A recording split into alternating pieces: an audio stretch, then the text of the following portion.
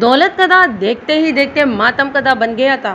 پچھلے 2 ماہ میں مظفر پور کے سندیسیوں کے لیے یہ دوسرا بڑا جھٹکا تھا جس نے ان کے دل و دماغ کو بری طرح متاثر کیا تھا۔ سب سے زیادہ غمگین اور جگر فکار اونچی حویلی میں رہنے والے لوگ یعنی چودھری حفیظ اللہ اور اس کے خاندان کے دیگر افراد تھے، کیونکہ صرف 2 ماہ کے وقفے سے ہی یہ ہوش و خروش کے پرچے اڑا دینے والا دوسرا بم بھی اسی حویلی پر گرا تھا۔ اونچی حویلی کے اندر کہرام مچا ہوا تھا تو باہر پورے فرید پور کی حالت بھی درگرو تھی۔ سننے والوں نے اس خبر کو اپنی سماعت کا دھوکہ سمجھا اور دیکھنے والے اس خونچا اور دل خراش حقیقت کو تسلیم کرنے سے انکاری تھے، مگر وہی بات کہ جو ہونا تھا وہ ہو چکا تھا اور لوح محفوظ پر مرقوم الفاظ کو ٹالا جا سکتا ہے اور نہ ہی اسے تبدیل کرنا ممکن ہے۔ 2 ماہ قبل چودھری وزیر بیگم چل بسی تھیں اور اب اونچی حویلی کی بہو عروج کو بے دردی سے قتل کر دیا گیا تھا۔ میں اس وقت جائے واردات پر موجود تھا۔ ان دنوں میری تعیناتی ضلع لائل پور موجودہ فیصل آباد کے ایک تھانے میں تھی۔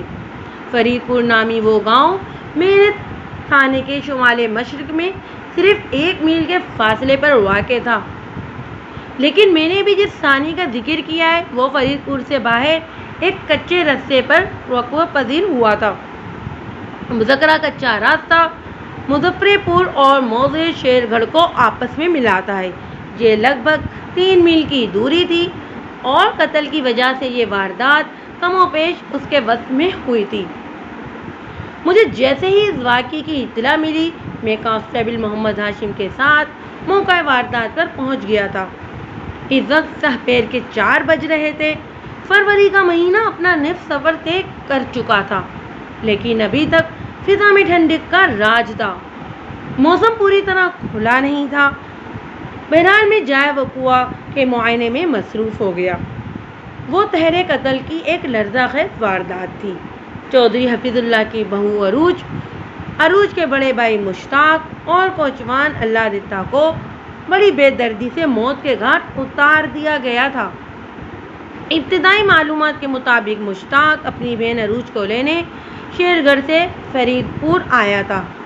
ایک رات اونچی حویلی میں گزارنے کے بعد اگلی صبح یعنی آج لگ بھگ 10 بجے وہ عروج کے ساتھ ایک ٹانگے میں بیٹھ کر اپنے گھر واقع شیر گڑھ کی جانب روانہ ہوا تھا۔ اونچی حویلی والے یہی سمجھ رہے تھے کہ وہ لوگ بخیر و عافیت اپنی منزل پر پہنچ گئے ہوں گے، لیکن اس وقت ان کا اطمینان غارت ہو گیا جب کھیتوں میں کام کرنے والے کرامت علی نامی ایک مزدور نے آ کر اس سنگین واردات کی اطلاع دی۔ کرامت علی فرید پور ہی کا رہنے والا تھا، اس لیے وہ حویلی کے عالیشان ٹانگے اور ان 3 لاشوں کو بآسانی پہچان گیا تھا۔ عروج، مشتاق اور اللہ دتا کی لاشیں کمبر سی کی حالت میں کچے راستے کے کنارے پر پڑی تھیں۔ ان کے بدن لہو لہو ہو رہے تھے۔ انہیں کسی تیزدھار بریچے سے قتل کیا گیا تھا۔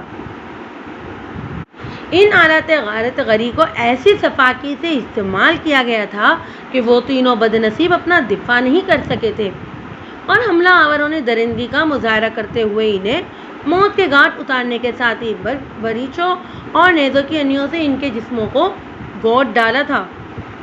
میں نے حملہ آوروں کے الفاظ اس لیے استعمال کیے ہیں کہ مقتولین کی لاشوں کی ناقابل بیانت حالت دیکھ کر مجھے بخوبی اندازہ ہو گیا تھا کہ اس رونگٹے کھڑے کر دینے والی واردات کے ذمہ دار 1 سے زیادہ افراد تھے۔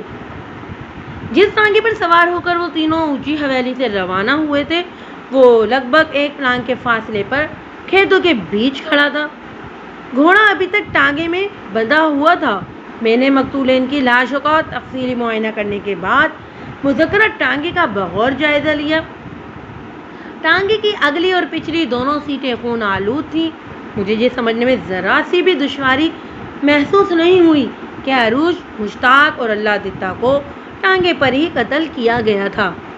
اس کے بعد ان کی لاشوں کو کچے راستے کے کنارے پھینک کر ٹانگے کو کھیت کے اندر پہنچا دیا گیا تھا۔ شکیل کرب قاتلوں کی یہ حکمت عملی فوری طور پر میری سمجھ میں نہیں آئی تھی۔ اگر وہ بدبخت ٹانگے کو وقوع پر بھی کھڑا رہنے دیتے تو اس سے کوئی خاص فرق نہیں پڑنا تھا۔ میں نے موقع کی کارروائی مکمل کی تو سورج مغربی افق پر جھک چکا تھا۔ میرے حکم پر ایک ٹانگے کا بندوبست کر دیا گیا تھا۔ چودھری حفیظ اللہ اور اس کا بیٹا چودھری سمیع اللہ بھی وہاں موجود تھے۔ مقتولہ عروج سمیع اللہ کی بیوی تھی۔ جب میں مذکرہ تینوں لاشوں کو ٹانگے پر رکھوا کر کانسٹیبل محمد ہاشم کی نگرانی میں ضلعی اسپتال بھجوانے لگا تو چودھری حفیظ اللہ نے مجھ سے کہا، ملک صاحب کیا یہ سب ضروری ہے؟ بہت ضروری ہے چودھری صاحب، میں نے گہری سنجیدگی سے کہا، یہ قانونی کارروائی کا حصہ ہے، مگر اسپتال میں تو مردوں کی چیڑ پھاڑ کی جاتی ہے۔ چھوٹے چودھری سمیع اللہ نے بھرائی ہوئی آواز میں کہا، ابھی 4 ماہ پہلے ہی تو عروج سے میری شادی ہوئی تھی، وہاں پر تینوں انسانوں کی لاشیں رکھی ہوئی تھیں جنہیں بحرمے سے موت کے گھاٹ اتار دیا گیا تھا، لیکن چھوٹے چودھری کو صرف اپنی بیوی کی لاش کے پوسٹ مارٹم کی فکر پڑی ہوئی تھی۔ یہ ایسا موقع نہیں تھا کہ میں اس سے کوئی سخت بات کرتا۔ سمیع اللہ، مجھے تمہارے دکھ اور اس عظیم تر نقصان کا احساس ہے، میں نے ہمدردی بھرے لہجے میں کہا۔ جس طرح جائے واردات کی کارروائی ضروری ہے، بالکل ویسے ہی ان لاشوں کا پوسٹ مارٹم بھی قانون کا تقاضا ہے، اور میں اپنی فرض سے مجبور ہوں، کیونکہ یہ 3 انسانوں کی طبی موت کا معاملہ نہیں بلکہ ایک لرزہ خیز واردات کا قصہ ہے۔ کسی شیطان صرف شخص نے بلکہ اشخاص نے آپ کی بیوی، سالے اور کوشوان کو بہنامہ انداز میں موت کے منہ میں دھکیلا ہے، لہذا پوسٹ مارٹم تو ہر صورت ہوگا۔ لمحات توقف کر کے میں نے ایک گہری سانس خارج کی، پھر بڑے چودھری کی طرف دیکھتے ہوئے سوال کیا، چودھری صاحب کیا آپ نے شیر گڑھ والوں کو اس ثانیے کی اطلاع کر دی ہے؟ جی ہاں تھانے دار صاحب، وہ اصابت میں گردن ہلاتے ہوئے خوشمردہ لہجے میں بولا، میں نے اپنی 2 بندوں کو گھوڑوں پر ادھر بھیجا ہے، اب تک وہ لوگ شہر پہنچ گئے ہوں گے۔ چودھری یعقوب احمد کے تو صرف 2 ہی بچے تھے، عروج اور مشتاق۔ بولتے بولتے اس کی آواز رند گئی تھی۔ یہ سوچ کر ہی میرا کلیجہ کانپ جاتا ہے کہ شیر گڑھ کی بڑے حویلی میں اس خبر سے جو قیامت ٹوٹے گی وہ یعقوب احمد اور اس کی بیوی ممتاز کا کیا حشر نشر کرے گی۔ وہ بیچارے تو ایک پل میں بے اولاد ہو گئے۔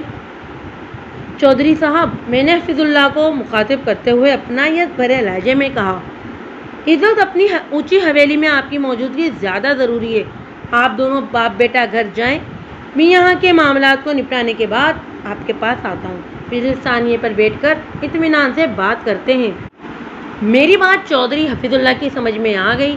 سمیع اللہ نے اپنے باپ کی طرف دیکھتے ہوئے میری بات کی توثیق کر دی۔ ابا جی، تھانے دار صاحب نے بالکل صحیح کہا ہے، آپ کی طبیعت بھی آج کل گرم نرم چل رہی ہے، آپ کو حویلی جا کر آرام کرنا چاہیے، میں ہوں نا یہاں پر۔ چودھری حفیظ اللہ اپنے نمک خواروں کی معیت میں اپنی اونچی حویلی کی جانب روانہ ہو گیا تو میں اپنے کام میں لگ گیا۔ سب سے پہلے میں نے کانسٹیبل ہاشم کو لاشوں کے ساتھ سرکاری اسپتال جانے کا حکم دیا، پھر وہاں پر موجود افراد سے پوچھ تاچھ کرنے سے پہلے میں نے چھوٹے چودھری سمیع اللہ سے پوچھا، چودھری صاحب آپ کی شادی کو صرف 4 ماہ ہوئے ہیں، اگر عروج کو شیر گڑھ جانا ہی تھا تو آپ کو اس کے ساتھ جانا چاہیے تھا، آپ نے اپنی بیوی کو اکیلے کیوں بھیج دیا؟ عروج اکیلی نہیں، اپنے بڑے بھائی مشتاق کے ساتھ گئی تھی تھانے دار صاحب، وہ وضاحت کرتے ہوئے بولا۔ مشتاق کل ہی یہاں آیا تھا، اس نے بتایا کہ عروج کے باپ یعنی میرے سسر چودھری یعقوب کو اپنی بیٹی کی بہت یاد آ رہی ہے، اس لیے ہفتہ 10 دن کے لیے عروج کو شیر گڑھ بھیج دیا جائے، آگے ویسے بھی الیکشن کا سیزن شروع ہونے والا ہے۔ چودھری یعقوب صاحب سیاست کے پرانے کھلاڑی ہیں اور انتخابات میں نہ صرف حصہ لینا بلکہ جیتنا بھی ان کی عادت ہے، اور اس عادت کو اپنا مان کہتے ہیں۔ وہ لمحے بھر کو تھما اور ایک بوجھل سانس خارج کرنے کے بعد بولا، مشتاق اپنی اکلوتی بہن عروج کو لینے ہی آیا تھا، میں گزشتہ روز سے بیمار ہوں، رات بھر تیز بخار ہو رہا ہے، اس کے ساتھ ہی مجھے موشن بھی ہو رہے تھے، تو میں ان لوگوں کے ساتھ شیر گڑھ جانا چاہتا تھا، لیکن ابا جی نے سختی سے منع کر دیا کہ میری طبیعت ٹھیک نہیں، لہٰذا مجھے گھر میں آرام کرنا چاہیے۔ مجھے کیا پتا تھا کہ ہم پر اتنی بڑی قیامت ٹوٹنے والی ہے۔ بات کے اختتام پر اس کی آواز بھیگ گئی۔ میں نے تسلی دینے والے انداز میں اس کے شانے پر ہاتھ رکھا اور ٹھہرے ہوئے لہجے میں کہا، چودھری صاحب، ہونی کو تو کوئی نہیں ٹال سکتا، آپ کی زندگی باقی تھی، اس لیے قدرت نے آپ کی طبیعت خراب کر دی اور آپ ان کے ساتھ نہ جا سکے۔ مالک کے ہر کام میں کوئی نہ کوئی مصلحت پوشیدہ ہوتی ہے، یہ سمجھنا انسان کے بس کی بات نہیں۔ ہاں، آپ ٹھیک کہہ رہے ہیں تھانے دار صاحب، وہ آنکھوں میں اترنے والی نمی کو صاف کرتے ہوئے گلوگیر آواز میں بولا، اب تو مجھے ساری زندگی اسی دکھ اور پچھتاوے کے ساتھ جینا ہوگا۔ حوصلے سے کام لیں چودھری صاحب، میں نے تشکفی بھرے لہجے میں کہا اور دوسرے لوگوں کی جانب متوجہ ہو گیا۔ جائے وقوع کے لگ بھگ درجن بھر مزدور جمع تھے۔ میں نے ان میں سے 8-10 افراد سے پوچھ تاچھ کی، مگر کوئی بھی ایسی بات سامنے نہیں آئی جس کے ذریعے میں اس خونی واردات کے ذمہ داروں تک رسائی حاصل کر سکوں۔ حتیٰ کہ اونچی حویلی والوں کو بھی اس کھونچا واقعے سے آگے کرنے والا کرامت علی بھی 3 انسانوں کے قاتلوں کے بارے میں کچھ نہیں جانتا تھا۔ تم نے کتنے بجے ان لاشوں کو کچے راستے کے کنارے پر پڑے دیکھا تھا؟ میں نے کرامت علی کے چہرے پر نگاہ جما کر سوال کیا۔ کرامت علی کھیتوں میں کام کرنے والا ایک مزدور پیشہ شخص تھا۔ اس کی عمر 40 کے آس پاس رہی ہوگی۔ وہ درمیانے قد اور سامنی رنگت کا مالک ایک دبلا پتلا سا انسان تھا۔ میں نے سب سے پہلے ٹانگے اور گھوڑے کو دیکھا تھا۔ تھانے دار صاحب، مجھے اس پر خاصی حیرت بھی ہوئی تھی کہ کس نے اس ٹانگے کو کھیتوں کے بیچ لا کر کیوں کھڑا کیا ہے۔ کرامت علی نے میرے سوال کے جواب میں بتایا، میں جب کھیتوں کی دوسری طرف کچے رستے کے قریب پہنچا تو میں نے 3 انسانوں کو مردہ حالت میں پڑے پایا۔ میں نے انہیں اور ٹانگے کو فوراً پہچان لیا۔ اس کے بعد میں بھاگتے ہوئے اونچی حویلی پہنچا تھا اور چھوٹے چودھری صاحب کو اس بارے میں سب کچھ بتا دیا۔ اگر آپ کو میری بات کا یقین نہ ہو تو آپ چھوٹے چودھری صاحب سے پوچھ لیں۔ بات کے اختتام پر چودھری سمیع اللہ نے اس کی طرف دیکھا۔ پریشان ہونے کی ضرورت نہیں ہے کرامت علی، میں نے تسلی آمیز انداز میں کہا، مجھے تم پر پورا بھروسہ ہے۔ تم اچھی طرح اپنے ذہن پر زور دے کر مجھے بتاؤ کہ جب تم اس طرف آ رہے تھے تو تم نے یہاں کوئی غیر معمولی نقل و حرکت دیکھی تھی؟ کیا دیکھی تھی؟ وہ الجھن زدہ لہجے میں بولا، میرا مطلب ہے، میں نے آسان الفاظ میں وضاحت کرتے ہوئے کہا، تم نے 2 یا 2 سے زیادہ لوگوں کو یہاں دیکھا تھا؟ ان کی کسی حرکت کو نوٹ کیا تھا؟ یہ جو 3 لوگ اپنی جان سے گئے ہیں، میں ان کی موت کے ذمہ داروں کی بات کر رہا ہوں۔ نہیں سرکار، میں نے کسی کو انہیں قتل کرتے نہیں دیکھا۔ وہ نفی میں گردن ہلاتے ہوئے بولا، میں تو کافی دور سے چلتا ہوا اس طرف آ رہا تھا۔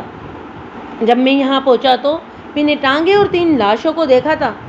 چھوٹے چودھری صاحب کی بیوی اور ان کے سالے اور کوچوان کو کسی نے بے دردی سے قتل کیا ہے۔ میں اس بارے میں کچھ نہیں جانتا۔ آپ چاہیں تو میں بڑی سے بڑی قسم اٹھانے کو بھی تیار ہوں۔ اس کی ضرورت نہیں، میں نے معطل انداز میں کہا، تم نے جو کچھ مجھے بتایا ہے مجھے اس پر پورا یقین ہے۔ اس کے چہرے پر اطمینان جھلکنے لگا۔ اس نے میرا شکریہ ادا کیا اور مجھے سلام کرنے کے بعد ایک طرف نکل گیا۔ اب جائے واردات پر میرا کوئی کام باقی نہیں رہا تھا۔ سورج غروب ہونے میں بھی چند منٹ رہ گئے تھے۔ میں نے چودھری حفیظ اللہ سے وعدہ کیا تھا کہ یہاں کا معاملہ نپٹانے کے بعد میں اس کے پاس آؤں گا، سو وعدے کے مطابق میں چودھری سمیع اللہ کی ہمراہی میں اونچی حویلی کی جانب روانہ ہو گیا۔ اونچی حویلی کی وجہ تسمیہ اس کی بلندی تھی۔ چودھری حفیظ اللہ کے آباء و اجداد نے مذکرہ حویلی کو عام گاؤں کی زمین سے کم و بیش 7 فٹ اونچا تعمیر کرایا تھا، اس لیے اسے اونچی حویلی کہا جاتا تھا۔ اس حکمت عملی کا سبب یقیناً خود کو گاؤں کے دیگر لوگوں سے ممتاز، برتر، اعلیٰ اور رفع ظاہر ثابت کرنا چاہتے تھے وہ لوگ۔ چودھری حفیظ اللہ کی کل 4 اولادیں تھیں، 3 بیٹیاں اور 1 بیٹا۔ سب سے بڑی بیٹی نائلہ کی عمر 35 سال تھی، اس سے چھوٹی ثمینہ 31 سال کی تھی، اس کے بعد صوفیہ کا نمبر جس کی عمر 27 سال تھی۔ ان تینوں بہنوں سے چھوٹا سمیع اللہ تھا جو لگ بھگ 25 سال کا تھا۔ چودھری حفیظ اللہ کی تمام اولادیں شادی شدہ تھیں۔ تینوں بیٹیاں اپنے گھروں میں خوش و خرم اور شاندار زندگی گزار رہی تھیں۔ زندگی تو سمیع اللہ کی بھی خوش و خرم اور شاندار گزر رہی تھی، لیکن اس اندوہناک واقعے نے اونچی حویلی کے اندر اور باہر موجود شخص کو دکھی کر ڈالا تھا، اور سب سے زیادہ بری حالت چھوٹے چودھری سمیع اللہ کی تھی۔ اس نے اپنی نوح بیاتہ بیوی کو کھویا تھا، اور وہ بھی دل پاش اور جگر خراش حالت میں۔ جب میں اونچی حویلی کی 10 سیڑھیاں چڑھ کر نشان عمارت کے اندر پہنچا تو اندھیرا پھیلنا شروع ہو گیا تھا۔ مجھے ایک کشادہ سجے سجائے کمرے میں پہنچا دیا گیا۔ یہ اونچی حویلی کا ڈرائنگ روم تھا، جہاں پر کم از کم 50 افراد کے بیٹھنے کے لیے آرام دہ صوفے اور کرسیاں لگی ہوئی تھیں، جن کے سامنے میزیں بھی موجود تھیں۔ چھوٹا چودھری مجھے اس شانہ بیٹھک میں چھوڑ کر حویلی کے اندرونی حصے میں غائب ہو گیا تھا۔ چند منٹ کے بعد چودھری حفیظ اللہ میرے پاس آ گیا۔ رسمی الگ تلک جائے واردات پر ہو چکی تھی، لہذا میں فوراً مقصد کی بات پر آ گیا۔ چودھری صاحب، میں نے اسے مخاطب کرتے ہوئے نرم لہجے میں پوچھا، آپ کی عمر اور تجربہ مجھ سے کہیں زیادہ ہے۔ میں نے موقع واردات پر جو مناظر دیکھے ہیں، ان سے میرے ذہن میں یہی ایک خیال آ رہا ہے، وہ یہ کہ ہم اس ثانیے کو کسی بھی صورت رہزنی اور لوٹ مار کے کھاتے میں نہیں ڈال سکتے۔ میں دعوے کے ساتھ کہہ سکتا ہوں کہ عروج، مشتاق اور کوشوان اللہ دتا کو قتل کرنے والے درندہ صرف حملہ آوروں نے باقاعدہ منصوبہ بندی کر کے تہرے قتل کی یہ واردات انجام دی ہے۔ آپ اس بارے میں کیا کہیں گے؟ مجھے بھی ایسا ہی لگتا ہے ملک صاحب، وہی بوجھل افسردہ سانس خارج کرتے ہوئے بولا۔ ان تینوں کی لاشوں کو دیکھ کر میں بھی پورے وثوق سے یہی کہوں گا کہ یہ واقعہ ایک انتقامی کارروائی ہے۔ آپ نے میرا کام بڑی حد تک آسان کر دیا ہے چودھری صاحب، میں نے اس کے چہرے پر نگاہ جما کر کہا۔ میرا تھانے دارانہ ذہن بھی اسی زاویے پر سوچ رہا ہے۔ انتقامی کارروائی کا سیدھا سیدھا مطلب ہے دشمنی نکالنا۔ میں لمحہ بھر کے لیے تھما، پھر ٹھہرے ہوئے لہجے میں اپنی بات مکمل کر دی۔ اب آپ مجھے اپنے دشمنوں کے بارے میں کھل کر بتائیں گے تاکہ میں اس واردات کے ذمہ داروں کو گرفتار کر سکوں۔ اس امر میں تو کسی شک و شبے کی گنجائش تلاش نہیں کی جا سکتی کہ کوشوان اللہ دتا کا اس معاملے سے کچھ لینا دینا نہیں تھا۔ وہ بیچارہ تو کسی اور کی بھینٹ چڑھ گیا۔ میں آپ کی رائے سے اتفاق کرتا ہوں ملک صاحب، وہ سر کو عصاباتی جشن دیتے ہوئے گمبھیر انداز میں بولا۔ مجھے شک ہے کہ اللہ دتا نے حملہ آوروں کو پہچان لیا تھا، اسے محض اسی لیے بلی چڑھا دیا گیا کہ اگر وہ زندہ رہ گیا تو قاتلوں کا راز فاش کر دے گا۔ باقی جہاں تک آپ کے سوال کا تعلق ہے تو علماء بھر کے نہیں رکا، پھر پرسوچ انداز میں اضافہ کرتے ہوئے بولا، میں اپنے کسی ایسے دشمن کو نہیں جانتا جو اتنی دیدہ دلیری سے میرے علاقے میں گھس کر ایسے جرت کا مظاہرہ کر سکے۔ اس حوالے سے میرا ذہن کسی اور طرف جا رہا ہے۔ کس طرف چودھری صاحب؟ میں نے ترنت پوچھا۔ دیکھیے، ہم دونوں اس بات پر تو متفق ہیں کہ کوچوان بے قصور مارا گیا ہے، وہ گہری سنجیدگی سے بولا۔ باقی بچے وہ دونوں بہن بھائی، میرا مطلب ہے عروج اور مشتاق۔ یہ ٹھیک ہے کہ عروج میری بہو تھی، لیکن اس سے پہلے وہ مشتاق کی بہن بھی تھی، اور ان دونوں کا باپ یعنی چودھری یعقوب احمد ایک دشمنوار شخص ہے۔ الیکشن زیادہ دور نہیں ہے ملک صاحب، عین ممکن ہے یہ سازش چودھری یعقوب کے کسی سیاسی حریف نے بنی ہو۔ اس نے ایک ہی جھٹکے میں یعقوب احمد کو بے اولاد کر دیا، اور وہ بھی اس طرح کہ اس کے دونوں بچوں کی موت کا الزام مظفر پور پر آئے۔ آپ کی بات میں وزن ہے چودھری صاحب، میں نے تائیدی انداز میں کہا۔ اس حوالے سے سوچا جا سکتا ہے۔ اس سلسلے میں مجھے چودھری یعقوب احمد سے تفصیلاً بات کرنا ہوگی۔ کیا آپ کی اس سے کوئی قریبی رشتہ داری ہے؟ نہیں ملک صاحب، آپ اسے قریبی رشتہ داری تو نہیں کہہ سکتے، البتہ ہم سب ایک ہی خاندان سے تعلق رکھتے ہیں، اس نے رسان بھرے لہجے میں جواب دیا۔ باقی چودھری یعقوب سے آپ کی تفصیلی ملاقات اسی کی حویلی میں متوقع ہے، اور وہ بھی آج ہی۔ اس نے سانس ہموار کرنے کی غرض سے لمحاتی توقف کیا، پھر اپنی بات کو مکمل کرتے ہوئے بولا۔ میں نے ساپیر جن دو بندوں کو شیر گڑھ بھیجا تھا، انہوں نے یقیناً چودھری یعقوب کو اس کہانی کی اطلاع دے دی ہوگی۔ اس کے بعد یعقوب احمد کا اونچی حویلی کی طرف آنا لازم ہے، وہ بھی کسی بھی وقت یہاں آ سکتا ہے۔ یہ تو بہت اچھی بات ہے، میں نے سرسری انداز میں کہا۔ ہمارے درمیان اہم اور سنجیدہ گفتگو کا سلسلہ جاری تھا کہ چودھری سمیع اللہ کی نگرانی میں دو ملازم ریفریشمنٹ کی ٹرے اٹھائے بیٹھک میں داخل ہوئے، اور انہوں نے اللہ کی درجن بھر نعمتوں کی ٹرے میرے سامنے رکھی۔ پھر وہ چپ چاپ واپس چلے گئے اور سمیع اللہ ہمارے ساتھ ہی بیٹھ گیا۔ ملک صاحب بسم اللہ کریں، چودھری حفیظ اللہ نے میری طرف دیکھتے ہوئے کہا۔ چودھری صاحب، آپ کی حویلی پر قیامت ٹوٹی ہوئی ہے، میں نے صاحب کو اسے کام لیتے ہوئے کہا۔ آپ کو یہ تکلف نہیں کرنا چاہیے تھا، میں ہرگز بھی کچھ نہیں کھاؤں گا۔ ملک صاحب، آپ میرے غریب خانے پر تشریف لائیں، وہ گہری نظروں سے مجھے دیکھتے ہوئے پرخلوص لہجے میں بولا۔ یہ کیسے ممکن ہے کہ میں آپ کے خاطر تواضع کو بھول جاؤں؟ میں آپ کی محبت اور مہمان نوازی کی دل سے قدر کرتا ہوں چودھری، میں نے دو ٹوک انداز میں کہا، لیکن میں معذرت خواہ ہوں کہ اس موقع پر کھانے پینے کی کوششیں میرے حلق سے نہیں اتر سکے گی۔ پھر کبھی میں آپ کی حویلی میں حاضر ہوں گا اور خوب سیر ہو کر کھاؤں گا۔ امید ہے آپ میری مجبوری کو سمجھ جائیں گے۔ ٹھیک ہے، میں نے اصرار نہیں کروں گا، چودھری حفیظ اللہ نے کہا، لیکن یہ سب کچھ یہیں رکھا رہے گا۔ اگر آپ کی طبیعت مال ہو جائے تو حسب خواہش کچھ بھی لے سکتے ہیں، مجھے خوشی ہوگی۔ چودھری حفیظ اللہ کی اپنائیت اور خلوص بھرے رویے کے پیش نظر میں نے بھی ضد بحث سے اعتراض کرتے ہوئے سرسری انداز میں کہا، ٹھیک ہے چودھری، جو آپ کی مرضی۔ اس کے بعد ہم تینوں چودھری یعقوب احمد کی سیاست اور اس کے دشمنوں کے حوالے سے گفتگو کرنے لگے۔ اس بات چیت میں مجھے پتہ چلا کہ عروج کا باپ ایک دبنگ سیاست دان تھا۔ آج تک کوئی دوسرا امیدوار اس کے مقابلے میں کامیابی حاصل نہیں کر سکا تھا۔ اس علاقے میں میری تعیناتی کو زیادہ عرصہ نہیں ہوا تھا، اس لیے یعقوب احمد اور اس کی سیاست کے حوالے سے بہت سی باتیں میرے لیے نئی اور دلچسپی بھری تھیں۔ کسی بھی انسان کی مسلسل کامیابی جہاں اس کی شہرت، مقبولیت اور عزت کا باعث بنتی ہے، وہیں پر اس کے حاسدین کی تعداد میں بھی اضافہ کرتی ہے۔ اگر کوئی حاسد طاقتور بھی ہو تو وہ دشمنی سے باز نہیں رہ سکتا۔ اس امکان کو نظر انداز نہیں کیا جا سکتا کہ عروج، مشتاق اور اللہ دتہ کی موت کا ذمہ دار چودھری یعقوب احمد ہی کا کوئی بدخواہ یا سیاسی حریف ہو۔ جیسا کہ میں نے پہلے بتایا کہ گزشتہ 2 ماہ میں اونچی حویلی میں بسنے والے چودھری خاندان کو یہ دوسرا دھچکا سہنا پڑا تھا۔ 2 ماہ پہلے چودھری سمیع اللہ کی ماں دارالفانی سے کوچ کر گئی تھی۔ وزیر بیگم کے چہلم کو چند روز ہی گزرے تھے کہ آج یہ دوسرا ثانیہ ہو گیا تھا۔ چودھری حفیظ اللہ اور اس کے فرزند واحد چودھری سمیع اللہ کے دکھ کو سمجھنے کے لیے کسی راکٹ سائنس کی نہیں، بس احساس کے زندہ ہونے کی ضرورت تھی۔ متاثرین کے لیے یہ قیامت صغریٰ ایک صدمہ تھا۔ ہمارے درمیان ایک افسردہ ماحول میں گفتگو کا سلسلہ جاری تھا کہ ایک ملازمین نے وہاں آ کر چودھری حفیظ اللہ کو اطلاع دی، چودھری صاحب، نصیر اور منصور واپس آ گئے اور وہ فوراً آپ سے ملنا چاہتے ہیں۔ ٹھیک ہے، انہیں بھیجو اندر، چودھری سمیع اللہ نے سپاٹ آواز میں کہا۔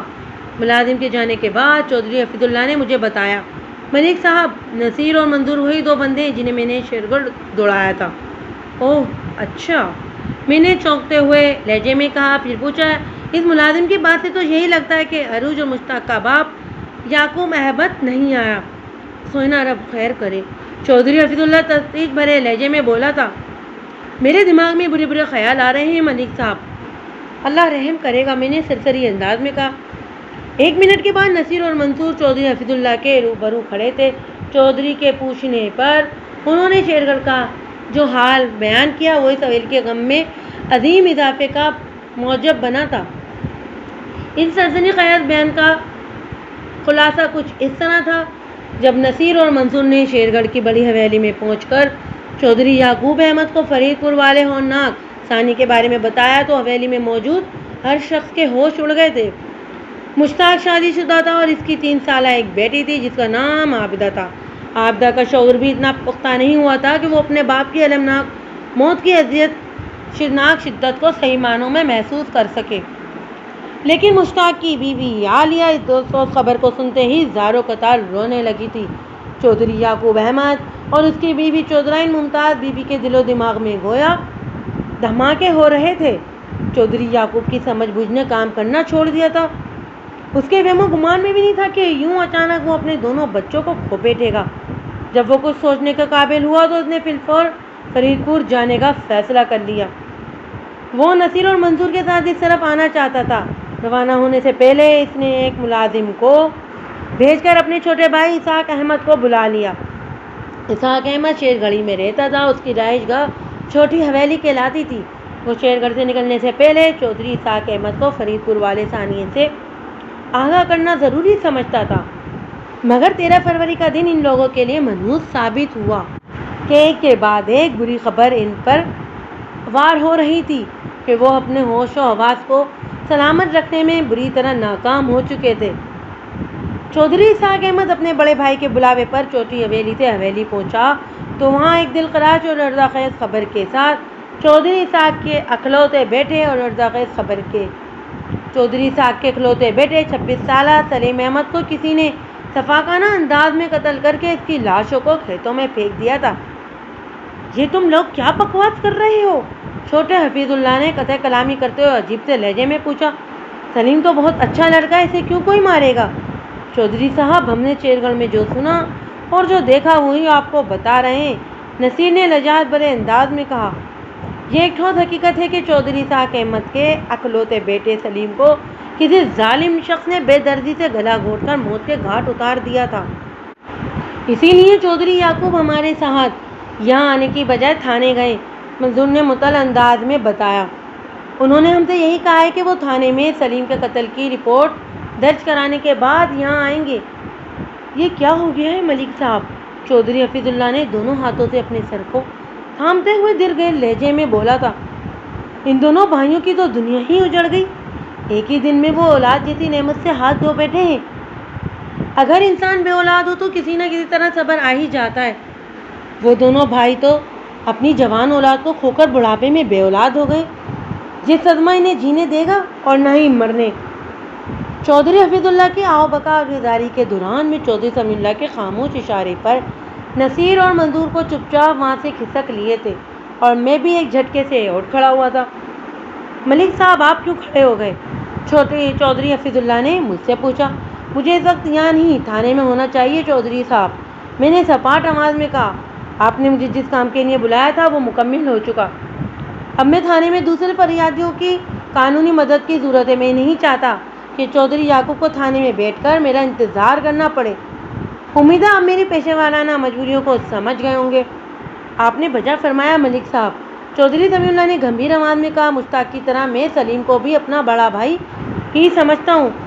مجھے ان دونوں کی عبرتناک موت کا حد درجہ دکھ ہے۔ یہ ساری اموات ایک دوسرے سے جڑی ہوئی لگ رہی ہیں۔ ان خونریز واقعات میں اول و آخر نقصان ہوا ہے شیر گھر کے چودھریوں کا۔ پھر وہ بھی میرا دیکھا دیکھی اٹھ کھڑا ہوا اور مجھ سے مخاطب ہوتے ہوئے مضبوط لہجے میں بولا۔ ملک صاحب، ابا جی کی طبیعت ٹھیک نہیں ہے، اس لیے میں آپ کے ساتھ چل رہا ہوں تاکہ چاچا یعقوب کو ایسا محسوس نہ ہو کہ مصیبت کی اس گھڑی میں وہ تنہا کھڑا ہے۔ بیٹا جی، میں اس تمہارے جذبے کو سلام کرتا ہوں، بڑے چودھری نے چھوٹے چودھری کی طرف دیکھتے ہوئے ستائشی انداز میں کہا۔ لیکن نقصان صرف شیر گڑھ کا ہی ہوا ہے اور عروج کے دردناک موت کے ساتھ ہی تمہارا گھر بھی تو اجڑا ہے۔ کیا یہ ہمارے لیے قیامت کی گھڑی نہیں ہے؟ پھر وہ مجھ سے مخاطب ہو کر بولا۔ ملک صاحب، مجھے اس بات کا ہمیشہ افسوس رہے گا کہ آپ میری حویلی میں تشریف لائے اور بغیر کچھ کھائے پیے رخصت ہو گئے۔ کاش میں جی جان سے آپ کی خاطرداری کر پاتا۔ مل بیٹھنے اور خاطرداری کے ہزاروں مواقع آئیں گے چودھری، میں نے اس سے الوداعی مصافحہ کرتے ہوئے کہا۔ آپ آرام کریں، میں کل کسی وقت آپ سے ملاقات کرنے آؤں گا۔ وہ ثابت میں سر ہلا کر رہ گیا۔ میں چودھری سمیع اللہ کے ساتھ ایک ٹانگے پر سوار مذکرہ ٹانگا میرے تھانے کی جانب بڑھنے لگا۔ وہ رات کے 8 بجے کا عمل تھا۔ میں اس وقت کانسٹیبل واحد حسین کے ساتھ موضوع چھوڑ گھر کے آخری کنارے پر واقع خواہ سے چند قدم آگے کھیتوں کے بیچ موجود تھا۔ فضا میں کھن کی نہیں بلکہ باقاعدہ ٹھنڈک کا راج تھا۔ فروری کا مہینہ آدھا گزر چکا تھا لیکن موسم سرما کی رخصت کے امکانات ابھی ظاہر ہونا شروع نہیں ہوئے تھے۔ ہمارے چاروں طرف تاریخی نے بسیرا کر رکھا تھا، مگر میں اور دیگر لوگ کھیتوں کے جن حصے میں تھے وہ اچھا خاصا روشن تھا۔ لگ بھگ 2 درجن لائٹوں سے خارج ہونے والی روشنی نے ہمارے مخصوص ماحول کو مناسب انداز میں اجالا کر دیا تھا اور میں اس زرد اجالے میں سلیم احمد کی گردن کٹی لاش کو واضح طور پر دیکھ پا رہا تھا۔ سلیم کی عمر 26 سال بتائی جا رہی تھی۔ وہ بلا شبہ ایک گھمرو جوان تھا، اس لیے کہ اب اس کے لیے اس سال کا سغیہ استعمال کرنا تکنیکی اعتبار سے درست نہیں تھا۔ وہ ماضی کا ایک حصہ بن کر قصہ پارینہ کی حدود میں داخل ہو چکا تھا۔ کسی سنگدل شخص نے اس کا گلا کاٹ کر اسے بے دردی سے موت کے گھاٹ اتار دیا تھا۔ اس کا لباس، خصوصاً لباس کا بالائی حصہ، اس کے اپنے ہی خون میں لتڑا ہوا تھا۔ کٹی ہوئی گردن سے خارج ہونے والے لہو نے اس کے لباس کو پوری طرح بھگو دیا تھا۔ وہ ایک انسانی قتل کی لرزہ خیز واردات تھی۔ شہرک بری طرح کٹ جانے کے بعد گردن کا متاثرہ مقام ورم کی آمدگاہ بن چکا تھا۔ سلیم کی لاش کا منظر بلا شبہ رونگٹے کھڑے کر دینے والا تھا۔ میں نے اکڑو بیٹھ کر روشنی میں مذکرہ لاش کا تفصیلی معائنہ کیا تھا۔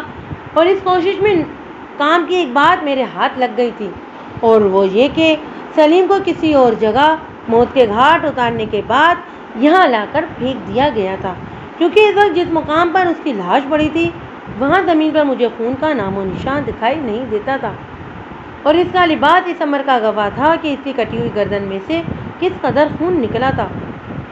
جب میں افراتفری کے عالم میں چودھری سمیع اللہ کے ساتھ تھانے پہنچا تو وہاں چودھری یعقوب احمد 2 افراد کے ساتھ پہلے سے موجود تھا۔ ہمارے درمیان نہایت ہی مختصر سنجیدہ بات چیت ہوئی اور ہم سب فی الفور جائے وقوع کی سمت چل پڑے۔ اس سفر کے دوران میرے سمیع اللہ اور یعقوب احمد کے بیچ آج کے دن کی نحوست اور سنگینی کے حوالے سے کھل کر گفتگو ہوئی۔ بہرے کب میں اس واحد حسین کی مدد سے جائے وقوع کی ضروری کارروائی مکمل کر لی تو چودھری یعقوب نے مجھ سے کہا، ملک صاحب آپ میرے ساتھ بڑی حویلی چلیں، باقی کی باتیں وہیں بیٹھ کر کریں گے۔ ضرور، میں نے صحابت میں گردن ہلاتے ہوئے کہا، لیکن ایک آخری کام نپٹانے کے بعد۔ کون سا آخری کام؟ میں نے پوچھا۔ سلیم کی لاش کو فوری طور پر سرکاری اسپتال بھجوانا ہوگا، میں نے ٹھہرے ہوئے لہجے میں کہا۔ یہ تو شکر ادا کریں کہ موسم ٹھنڈا ہے، ورنہ ابھی تک اس لاش میں سے بدبو کے بھپکے اٹھنا شروع ہو چکے ہوتے۔ سلیم کا باپ چودھری اسحاق احمد بھی موقع پر موجود تھا۔ دونوں بھائیوں نے ایک ہی لمحے کے لیے ایک دوسرے کو دیکھا۔ ان کے چہروں کے تاثرات سے مجھے بجوبی اندازہ ہو گیا کہ میری بات اچھے سے ان کے بھیجوں میں بیٹھ گئی تھی۔ انہوں نے کوئی سوال کیا اور نہ ہی کوئی اعتراض۔ میں نے سلیم کی لاش کو ٹانگے میں رکھوانے کے بعد کانسٹیبل واحد حسین کی ذمہ داری میں ضلعی اسپتال روانہ کر دیا۔ واحد حسین کے علاوہ میں نے 2 بندوں کو بھی ٹانگے پر سوار کر دیا تھا تاکہ کانسٹیبل کو تنہائی کا احساس نہ ہو۔ وہ رات کا وقت تھا اور ایک گردن کٹی لاش کے ساتھ کانسٹیبل کا اکیلے سفر کرنا مجھے ٹھیک نہیں لگتا تھا۔ یہ اہتمام میں نے اپنی ہی سوچ کے پیش نظر کیا تھا۔ ان تمام قانونی تقاضوں کو پورا کرنے کے بعد میں اور سمیع اللہ چودھری برادران کے ساتھ شیر گڑھ کے اندرونی حصے کی جانب بڑھ گئے تھے۔ گاؤں کے کم و بیش وسط میں عالیشان حویلیاں پہلو با پہلو بنی ہوئی تھیں، جن میں سے ایک سائز کے اعتبار سے دوسری سے بڑی تھی اور وہ بڑی حویلی کہلاتی تھی، جبکہ دوسری کو لوگ چھوٹی حویلی کے نام سے یاد کرتے تھے۔ ان دونوں حویلیوں میں یعقوب احمد اور اسحاق احمد رہتے تھے۔ میں اس وقت بڑے چودھری کی رہائش گاہ یعنی بڑے حویلی میں موجود تھا۔ ان دونوں بھائیوں کے علاوہ چودھری یعقوب کا داماد بھی وہاں حاضر تھا۔ میں نے مناسب موضوع اور ہمدردی بھرے الفاظ میں پہلے تو ان تینوں کو ان واقعات کے حوالے سے تسلی و دلاسا دیا، پھر صورتحال کی سنگینی کی طرف کیا۔ میں نے باری باری ان کے چہروں کو دیکھنے کے بعد کہا، ایک بات تو روشن کی طرح آیا ہے کہ یہ دونوں لرزہ خیز وارداتیں کسی انتقامی کارروائی کا نتیجہ ہیں اور ان کے پیچھے کسی ایک ہی شخص کا ہاتھ ہے، اور وہ شخص طاقت اور اختیار میں اگر آپ لوگوں کے ہم پلہ نہیں تو آپ سے کم بھی نہیں ہے، کیونکہ لٹیرے اور رازن ایسی منظم کارروائی نہیں کر سکتے۔ مقتولن کی جانوں کے سوا کچھ بھی نہیں گیا۔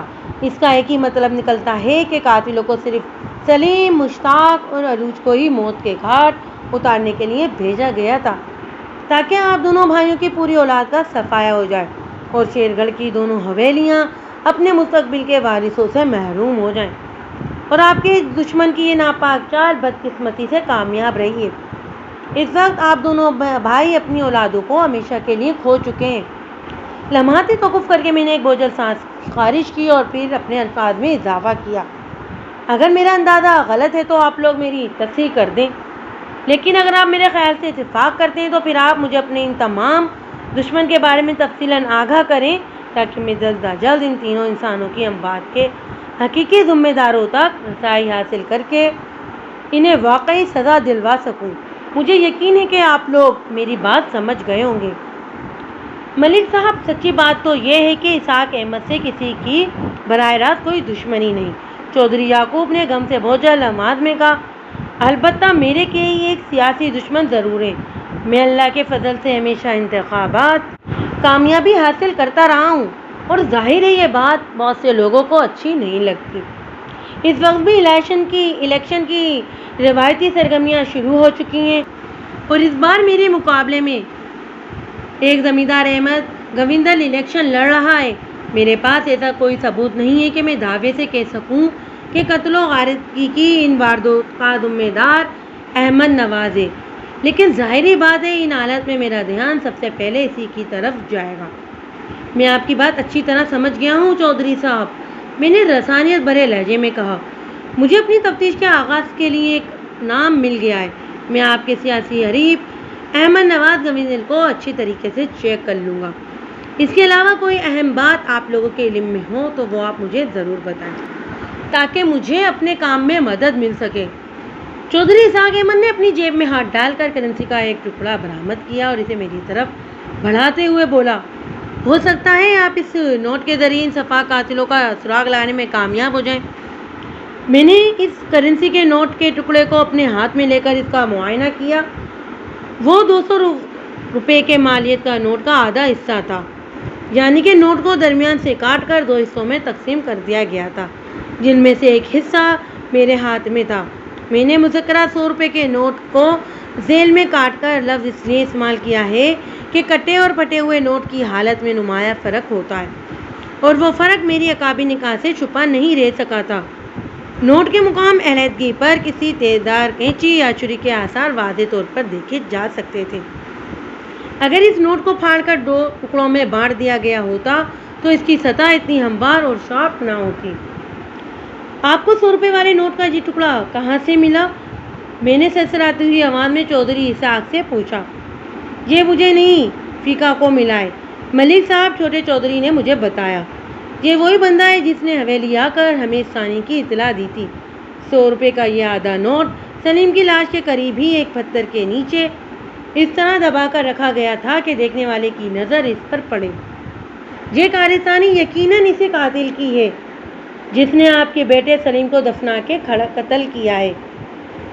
میں نے نوٹ کے اس ٹکڑے کو الٹ پلٹ کر دیکھنے کے بعد پرسوچ انداز میں کہا، یہ ایک طرح سے اس طرح کا خفیہ پیغام ہے، میں نے بہت جلد اس پیغام کو سمجھ جاؤں گا۔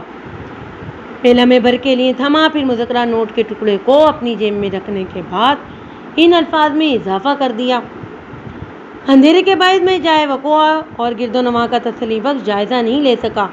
آپ لوگوں سے میری استدعا ہے کہ اس طرف آپ لوگوں کے جانے پر پابندی عائد کر دیں۔ میں کل صبح اپنے بندوں کو یہاں بھیجوں گا، وہ گھوم پھر کر اچھی طرح موقع واردات کو کھنگالیں گے۔ عین ممکن ہے کہ اس نوٹ کے ٹکڑے کے علاوہ بھی کوئی اہم سراغ ہاتھ لگ جائے۔ ہم آپ کے حکم کی تعمیل کریں گے ملک صاحب، بڑے چودھری نے فوراً کہا۔ کیا آپ کو فرید پور والے واقعے سے 100 روپے والے نوٹ کا ٹکڑا ملا ہے؟ میرا مطلب ہے اس ٹکڑے کا دوسرا حصہ۔ نہیں چودھری، میں نے نفی میں گردن ہلاتے ہوئے جواب دیا۔ فرید پور والے جائے وقوع کی کارروائی کے وقت تو دن کی روشنی موجود تھی، لیکن کچے راستے کے آس پاس کھیتوں کے اندر ہمیں ایسی کوئی شے نہیں ملی۔ البتہ ان دونوں خونی وارداتوں میں کئی چیزوں میں گہری مماثلت پائی جاتی ہے۔ مثلاً کون سی چیزیں؟ چھوٹے چودھری نے سوال اٹھایا۔ فرید پور والی واردات میں عروج مشتاق اور کوشوان اللہ دتا کو ٹانگے پر ہی موت کے گھاٹ اتارا گیا تھا، ٹانگے کو کھیتوں کے اندر پہنچا دیا گیا تھا۔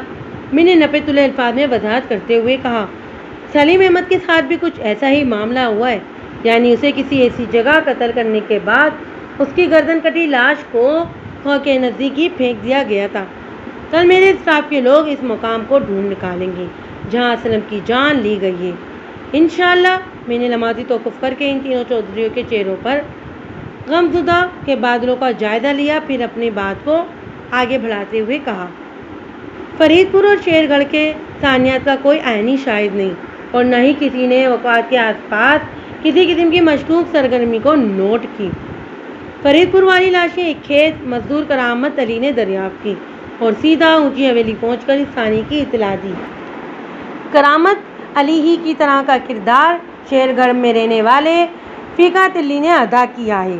علاوہ ازیں ان دونوں لرزہ خیز وارداتوں میں تیز دھار برچوں، خنجروں اور نیزوں وغیرہ کا استعمال کیا گیا ہے، لیکن حملہ آور اتنے تجربہ کار اور پیشہ ور قاتل تھے کہ کہیں بھی آلۂ قتل کو چھوڑ کر نہیں گئے۔ یہ میں لمحہ موجود تک تفتیش کی بات کر رہا ہوں، ہو سکتا ہے کہ کل دن کی روشنی میں شیر گڑھ والے وقوع سے کوئی آلۂ قتل پولیس کے ہاتھ لگ جائے۔ اور سب سے اہم نکتہ، میں نے ڈرامائی انداز میں ایک طویل سانس خارج کی، پھر اپنی بات مکمل کرتے ہوئے بولا، ان دونوں وارداتوں میں ایک ہی خاندان کو ٹارگٹ کر کے ان کی آئندہ نسل کا خاتمہ کر دیا گیا ہے، جس سے صاف ظاہر ہوتا ہے کہ قاتلوں کا تعلق آپ ہی کے دشمنوں سے ہے۔ میں اپنی بات کہہ کر خاموش ہوا تو چودھری برادران گہری اور پرتفکر سوچوں میں ڈوب گئے۔ چودھری سمین اللہ کے چہرے پر بھی ہر جگہ تفتی اور دکھ کی حکمرانی تھی۔ چند لمحات کی گمبھیر خاموشی کے بعد چودھری یعقوب احمد نے ٹھہرے ہوئے لہجے میں کہا، آپ بالکل ٹھیک کہہ رہے ہیں ملک صاحب، میں بھی اس نتیجے پر پہنچا ہوں، ہمارا جو نقصان ہونا تھا ہو چکا، اس کی تلافی یا امداد تو کسی قیمت پر ممکن نہیں، لیکن آپ کم از کم اتنا تو کر سکتے ہیں کہ اس واقعے کے ذمہ داروں کو انصاف کے کٹہرے میں لا کر انہیں عبرتناک سزا دلوا سکیں۔ ان کی ہلکی سے ہلکی سزا بھی بھیانک موت کی صورت ہونا چاہیے، تاکہ ہمارے سینوں میں بھڑکتی ہوئی آگ کی تپش کس قدر کم ہو۔ یہ میرا آپ لوگوں سے وعدہ ہے کہ مجرم بہت جلد میرے تھانے کی حدود میں بند ہوں گے، میں نے پرعزم لہجے میں کہا۔ وہ شفاق درندے کسی بھی حال میں عبرتناک سزا سے بچ نہیں سکتے۔ ان لوگوں نے میرا شکریہ ادا کیا اور میں نے انصاف کی قوی امید دلا کر وہاں سے واپس آ گیا۔ جب میں تھانے پہنچا تو ٹھنڈی ٹھار رات کے 11 بج رہے تھے۔ تھانے کا عملہ میری ہی راہ دیکھ رہا تھا۔ کانسٹیبل محمد ہاشم تو تھانے کے باہر ہی مل گیا۔ مجھے ٹانگے سے اترتا دیکھ کر وہ فوراً میرے نزدیک آ گیا۔ جب میں چودھری یعقوب کے ساتھ موضوع شیر گڑھ کے لیے روانہ ہو رہا تھا، تب تک ہاشم سرکاری اسپتال سے واپس نہیں لوٹا تھا۔ میں نے اس سے ہاشم، کیا تمہارے اس بھیجے میں زیادہ گرمی بھر گئی ہے جو اس سردی میں بھی تھانے کے باہر چہل قدمی کر رہے ہو؟ ایسا نہیں ہے ملک صاحب، وہ میرے ساتھ چلتے ہوئے گہری سنجیدگی سے بولا۔ میں نے سوال کیا، تو پھر کیسی بات ہے؟ مجھے آپ کو کچھ دکھانا اور بتانا ہے، وہ الجھن زدہ انداز میں بولا، اور آپ سے معافی بھی مانگنا ہے۔ وہ کیوں؟ میں نے تھانے کے اندر داخل ہوتے ہوئے پوچھا۔ تم نے ایسا کیا کر دیا ہے جس کے لیے معافی مانگنے کی ضرورت پیش آ گئی؟ مجھ سے ایک بھول ہو گئی ہے ملک صاحب، وہ ندامت بھرے لہجے میں بولا۔ میں دراصل لالچ میں آ گیا تھا، اس لیے میں نے آپ سے کچھ چھپا لیا۔ پہلیاں کیوں ڈال رہے ہو ہاشم؟ میں نے اسے گھورا۔ جو بھی کہنا ہے سیدھے اور صاف الفاظ میں کہہ ڈالو۔ کیا تم نہیں جانتے کہ مجھے سچی اور کھری باتیں پسند ہیں؟ میں آپ کی اس عادت سے واقف ہوں ملک صاحب، اور مجھے یہ بھی یقین ہے کہ آپ میری اس خطا کو معاف کر دیں گے، اس نے بڑے اعتماد سے کہا۔ جب آپ اپنے کمرے میں جا کر بیٹھیں گے تو دوسرے لوگ آپ کو گھیر لیں گے، اس لیے میں چاہتا ہوں کہ آپ یہیں پر میری بات سن لیں۔ ہاشم کے متذب اصرار میں کچھ ایسا موجود تھا کہ میں نے اس کی بات مان لی اور کہا، ٹھیک ہے، میں سن رہا ہوں، تم بولنا شروع کرو۔ آج ساپر جب میں فرید پور والے جائے وقوع کا جائزہ لے رہا تھا تو مجھے ٹانگے کے اندر سے 100 روپے والے نوٹ کا آدھا حصہ ملا تھا۔ اس نے نہایت سادگی سے بتانا شروع کیا تو میرے دماغ کو 11,000 واٹ کا جھٹکا لگا۔ میں نے اس خیال سے وہ آدھا نوٹ اٹھا کر اپنی جیب میں رکھ لیا کہ کل کسی وقت میں ادھر جاؤں گا تو اس نوٹ کے دوسرے حصے کو تلاش کرنے میں اب شروع کروں گا۔ آپ جانتے ہیں یہ رقم میری 2 ماہ کی تنخواہ کے برابر ہے، اسی لیے میرے دل میں لالچ آ گیا تھا۔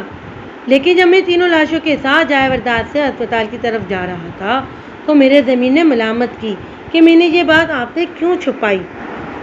بہرحال جب میں ان لاشوں کو لے کر اسپتال پہنچا کر واپس تھانے آیا تو آپ شیر گڑھ کے لیے نکل چکے تھے۔ تب سے میں ادھر ادھر ٹہل کر آپ کی واپسی کا انتظار کر رہا تھا۔ محمد ہاشم کو خبر نہیں تھی کہ اس نے اپنی معافی کی درخواست میں مجھے کتنی بڑی خوشخبری سنا دی تھی۔ اس کے خاموش ہونے پر میں نے سپاٹ آواز میں پوچھا، نوٹ کا وہ ٹکڑا اس وقت کہاں ہے؟ میرے پاس ہے جناب، وہ اپنی پتلون کی جیب میں ہاتھ ڈالتے ہوئے بولا۔ میں بھی اس آدھے نوٹ کو آپ کی خدمت میں پیش کر دیتا ہوں۔ آئندہ 15 سیکنڈ میں 100 روپے والے نوٹ کا وہ آدھا حصہ میرے ہاتھ میں آ چکا تھا جو آدھا نوٹ چودھری اسحاق نے بڑی حویلی میں مجھے دیا تھا۔ اس کا نمبر میری یادداشت میں محفوظ تھا۔ میں نے ہاشم کے دیے ہوئے آدھے نوٹ پر نگاہ ڈالی تو اس امر کی تصدیق ہو گئی، یہ دونوں ٹکڑے ایک ہی نوٹ سے تعلق رکھتے تھے۔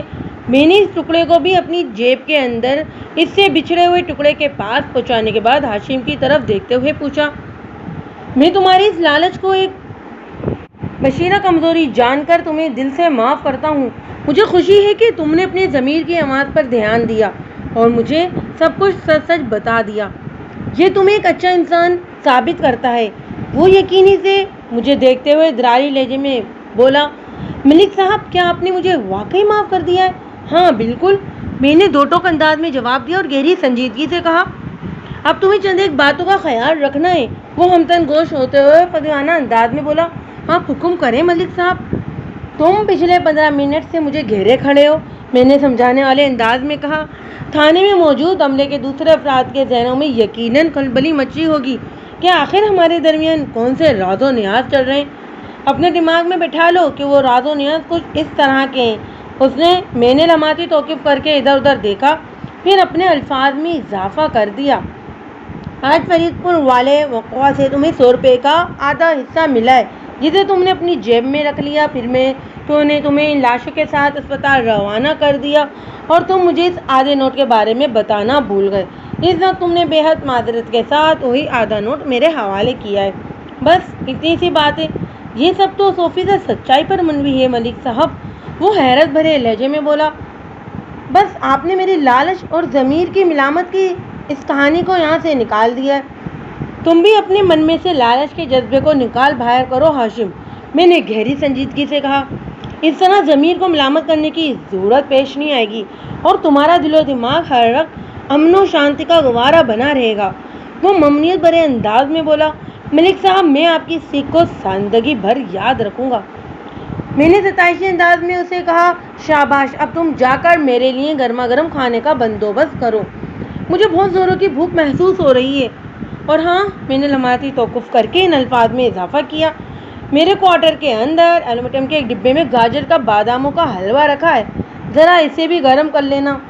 اس وقت مجھے اضافی توانائی کی ضرورت ہے اور یہ حلوہ اس مقصد کے لیے بہترین ذریعہ ہے۔ میں چند منٹ کے اندر آپ کے حکم کی تعمیل کروں گا ملک صاحب، وہ توانا لہجے میں بولا۔ اس کے بعد میں اپنے کمرے میں آ گیا اور حوالدار بنی بخش ایسائی قادر علی کو بھی وہیں بلا لیا۔ فرید پور سے واپسی پر میری ان سے تفصیلی بات نہیں ہو سکی تھی، وہ دونوں میرے بعد اس تھانے میں سینئر تھے۔ میں نے نہایت مختصر الفاظ میں انہیں وقوع ایجاد کی صورتحال سے آگاہ کرنے کے بعد 100 روپے والے کرنسی کے دونوں حصوں کو ان کے سامنے رکھتے ہوئے گمبھیر آواز میں سوال کیا، آپ لوگ قاتلوں کی اس پالیسی کے بارے میں کیا کہتے ہیں؟ ایک بات تو طے ہے ملک صاحب، حوالدار نے سوچ میں ڈوبے ہوئے لہجے میں کہا، یہ مجرم بہت مالدار ہیں، اس لیے 100 روپے والے نوٹ کو بے دردی سے پھاڑ کر ادھر ادھر پھینک گئے، ورنہ ان چوچلوں کی کوئی وجہ سمجھ میں نہیں آتی۔ میرا دھیان چند سال پہلے والے ایک واقعے کی طرف جا رہا ہے، ایسائی نے گہری سنجیدگی سے کہا۔ ان دنوں میں خانے وال کے ایک تھانے میں تعینات تھا۔ اس علاقے میں خطرناک کرائے کا قاتل یوسف یوسی ہوا کرتا تھا۔ وہ بھاری معاوضے پر لوگوں کو موت کے گھاٹ اتار دیا کرتا تھا اور جائے وقوع پر کرنسی کا ایک حصہ چھوڑ دیا کرتا تھا۔ اس کی یہ ادا کسی کی سمجھ میں نہیں آتی تھی، حتیٰ کہ پولیس والے بھی اس سے اس قدر نالا تھے کہ اس کے حرام موت مرنے کی دعائیں مانگا کرتے تھے، کیونکہ ہزار کوشش کے باوجود بھی وہ ان کے حق سے نہیں چڑھا تھا۔ وہ کڑے سے کڑے پیرے میں بھی اپنے مطلوبہ بندے کا شکار کر کے غائب ہو جاتا تھا۔ پھر ایک روز وہ بالکل ہی غائب ہو گیا۔ وہ کہاں چلا گیا اس بارے میں کوئی کچھ نہیں جان سکا۔ رفتہ رفتہ پولیس والے اور دوسرے لوگ کانے یوسی کو بھول گئے، یہی سوچ لیا کہ وہ کسی اندھیری قبر میں جا سویا ہے۔ تم نے بھی یوسف کے نام کے ساتھ کانا بھی لفظ استعمال کیا ہے۔ ایسائی کے خاموش ہونے پر میں نے سوال اٹھایا، کیا اس شفاق اور بہرحم قاتل کی ایک آنکھ میں کوئی خرابی تھی؟ جی ملک صاحب، وہ صحابت میں گردن ہلاتے ہوئے بولا، اس کی ایک آنکھ بے نور تھی، اس لیے اسے کانا یوسی بھی کہا جاتا ہے۔ کیا کبھی تمہارا اسے سامنا ہوا؟ میں پوچھے بنا نہیں رہ سکا، میرا مطلب ہے تم نے اسے روبرو دیکھا تھا؟ نہیں ملک صاحب، اس نے نفی میں جواب دیا، میں نے صرف اس کے بارے میں سنا ہی تھا، اسے دیکھنے کا موقع نہیں ملا۔ تم یہ سمجھتے ہو کہ یہ وہی کانا یوسی ہے جو اب ہمارے علاقے میں سرگرم عمل ہو گیا ہے؟ حوالدار نے ایسائی کی طرف دیکھتے ہوئے نیم تنزیہ انداز میں کہا، اور ان دونوں وارداتوں میں اسی کا ہاتھ ہے؟ میں نے ایسی تو کوئی بات نہیں کی، وہ حوالدار کی چوٹ پر برا سا منہ بناتے ہوئے بولا۔ میں نے ملک صاحب کو سناتے ہوئے آدھے نوٹوں والے واقعے کے حوالے سے یوسی کا ذکر کیا ہے۔ مجھے نہیں امید کہ وہ اب زندہ بھی ہے، یا ورنہ اتنے عرصے تک وہ چپ بیٹھنے والا نہیں تھا۔ میں ایسائی اور حوالدار کی باہمی چغلیت اور مسافقت سے بھی اچھی طرح واقف تھا۔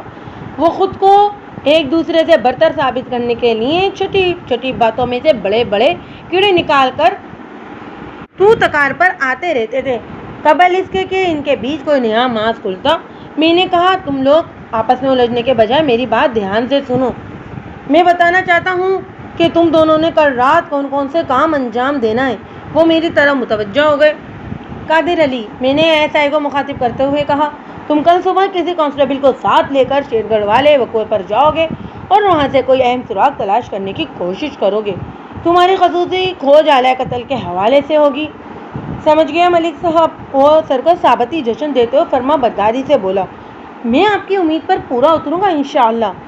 اور تم؟ اس نے روح سخن حوالدار کی جانب موڑتے ہوئے معطل انداز میں کہا، کل کا پورا دن تم نے یہاں موجود رہ کر تھانے داری کرنا ہے، مکمل چوکسی اور ذمہ داری کے ساتھ۔ جو آپ کا حکم۔ وہ حشائے بشاش لہجے میں بولا اور پوچھا، کیا آپ کل کہیں اور جانے کا ارادہ رکھتے ہیں؟ ہاں بالکل، میں نے ٹھوس انداز میں جواب دیا۔ میں آپ لوگوں کو اس کیس کے تمام پہلوؤں سے مکمل طور پر آگاہ کر چکا ہوں۔ میں کل صبح ہند گودوالا جا رہا ہوں چودھری یعقوب احمد کے سیاسی حریف احمد نواز گووندل کا انٹرویو کرنے۔ سردست ہمارے شک کے دائرے میں اس بندے کے سوا اور کوئی ہے بھی نہیں۔ ادھر میری بات ختم ہوئی، ادھر کانسٹیبل محمد ہاشم نے کمرے میں داخل ہو کر اطلاع دی، ملک صاحب میں نے آپ کے کوارٹر میں گرما گرم کھانا لگا دیا ہے، تم لوگ آرام کرو کیونکہ کل کا دن بہت لمبا ہونے والا ہے۔ شیرگڑھ اور فرید پور، جمال نگر اور منظور کوٹ کی طرح پن گووندوالا بھی میرے تھانے کی حدود میں آتا تھا۔ یہ گاؤں شیرگڑھ سے مشرق میں لگ بھگ 8 میل کے فاصلے پر واقع تھا، جبکہ میرے تھانے سے اس کی سمت انتہائی شمال مغرب اور دوری کم و بیش 10 میل تھی۔ میں کانسٹیبل جاوید کی میز میں جب پن گووندوالا پہنچا تو دوپہر ہو چکی تھی اور میرا مطلوبہ بندہ احمد نواز گووندل کہیں جانے کے لیے پر توڑ رہا تھا۔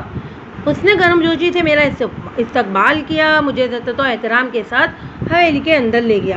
رسمی علیگ سرک کے بعد میں نے اس سے پوچھا، گووندل صاحب کہاں جانے کی تیاری ہے؟ ملک صاحب آپ تو جانتے ہی ہیں کہ انتخابی مہم کا آغاز ہو چکا ہے، اور رسانیت بھرے لہجے میں بولا، اسی سلسلے میں آج کل کہیں نہ کہیں آنا جانا لگا رہتا ہے۔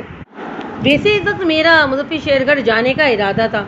مجھے پتہ چلا ہے کہ وہاں کے چودھری برادران کے ساتھ کوئی افسوسناک واقعہ پیش آ گیا ہے۔ میں ان دونوں بچوں کی المناک اموات کی تعزیت کے لیے وہاں جا رہا تھا۔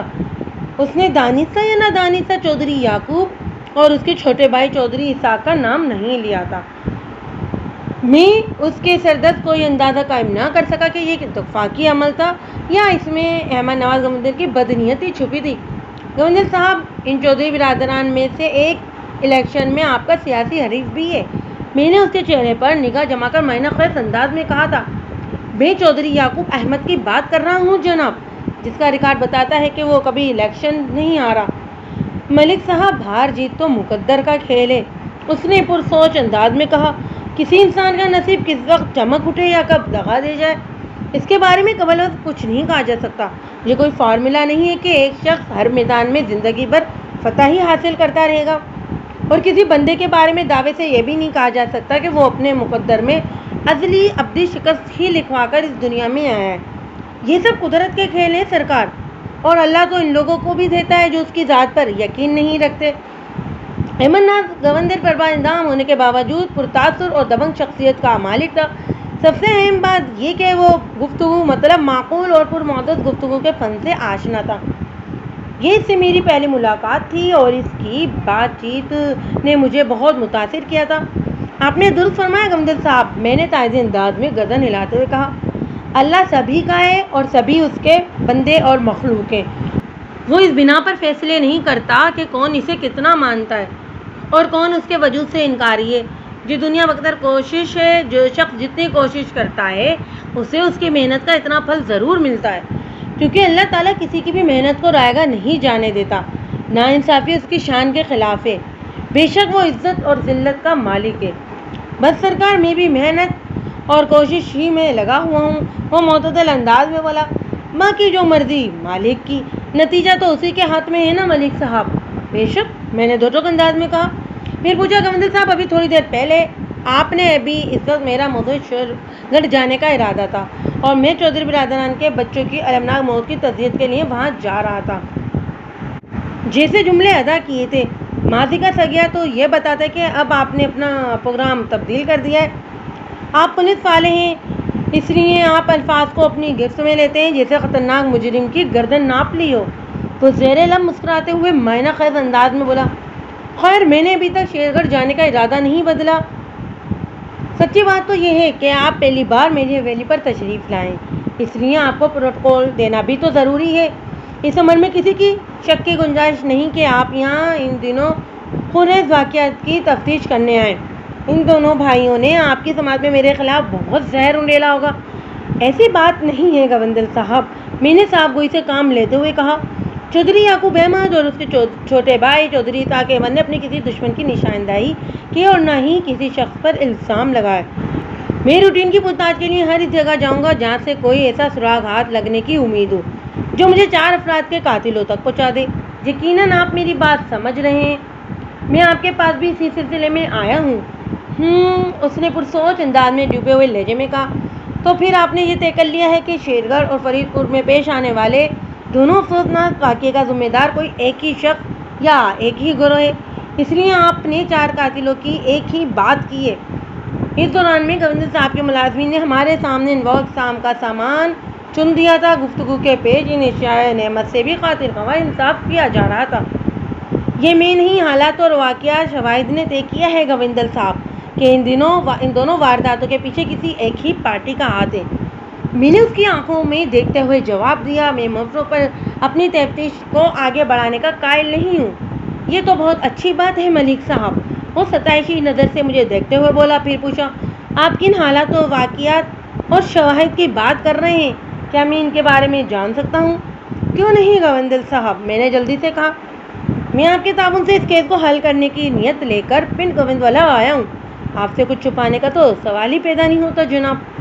یہ آپ کا بڑا پن اور میری عزت افزائی ہے ملک صاحب، وہ ممنونیت بھرے نظروں سے مجھے دیکھتے ہوئے بولا۔ آپ بتائیں، میں پوری توجہ سے سن رہا ہوں۔ میں نے نہایت ہی مختصر مگر جامع الفاظ میں قتل و غارت گری، قاتلوں کی سفاکی اور بے رحمی کے بارے میں بتانے کے بعد 100 روپے والے کرنسی کے نوٹ کے دونوں حصوں کو اس کے سامنے رکھتے ہوئے ٹھوس انداز میں کہا، ان میں سے ایک ٹکڑا فرید پور والے وقوع پر اور دوسرا ٹکڑا شیرگھر کے موقع واردات سے ملا ہے گوندر صاحب۔ کرنسی کے دونوں ٹکڑوں پر نگاہ پڑتے ہی اس کی آنکھیں چمک اٹھی اور بے ساختہ اس کے منہ سے نکلا، یہ تو کان یوسف کی واردات کا انداز ہے ملک صاحب۔ کیا آپ یوسف کا نام اس قاتل کو جانتے ہیں؟ میں نے سرسراتی انداز میں پوچھا۔ صرف نام کی حد تک، اس نے پراعتماد لہجے میں جواب دیا۔ برسوں پہلے میں نے اس کا نام سنا تھا، خانے وال اور اس کے گرد و نواح میں اس کی بڑی دھوم تھی۔ وہ بھاری معاوضے لے کر لوگوں کو قتل کیا کرتا تھا، لیکن وہ تو کئی سال پہلے کہیں مر کھپ گیا۔ اب اگر اس کے انداز میں نوٹ کا آدھا حصہ جائے وقوع پر چھوڑ کر قتل و غارت گری شروع کر دی ہے تو میں ان خوشگوار واقعات کے ذمہ دار یا ذمہ داران کے بارے میں کچھ نہیں جانتا جناب۔ احمد نواز گوندل کے چہرے کے تاثرات اور لب و لہجے سے موجود اعتماد کو دیکھتے ہوئے میرا پیشہ ورانہ تجربہ یہ بتاتا ہے کہ قتل کی حالیہ وارداتوں میں اس کا کوئی ہاتھ ہے اور نہ ہی وہ اس حوالے سے کسی قسم کی معلومات رکھتا ہے۔ ٹھیک ہو گیا گوندل صاحب، میں نے اس کی آنکھوں میں دیکھتے ہوئے معطل انداز میں کہا، لیکن آپ اس سلسلے میں میری رہنمائی فرما سکتے ہیں؟ شیرگڑھ کے چودھریوں سے 1000 اختلاف اور سیاسی رنجیشوں کے باوجود میری طرح آپ کی بھی یہی خواہش ہوگی کہ 4 افراد کی اذیت ناک اموات کے ذمہ داروں کو کڑی سے کڑی سزا ملے۔ میں غلط تو نہیں کہہ رہا نا؟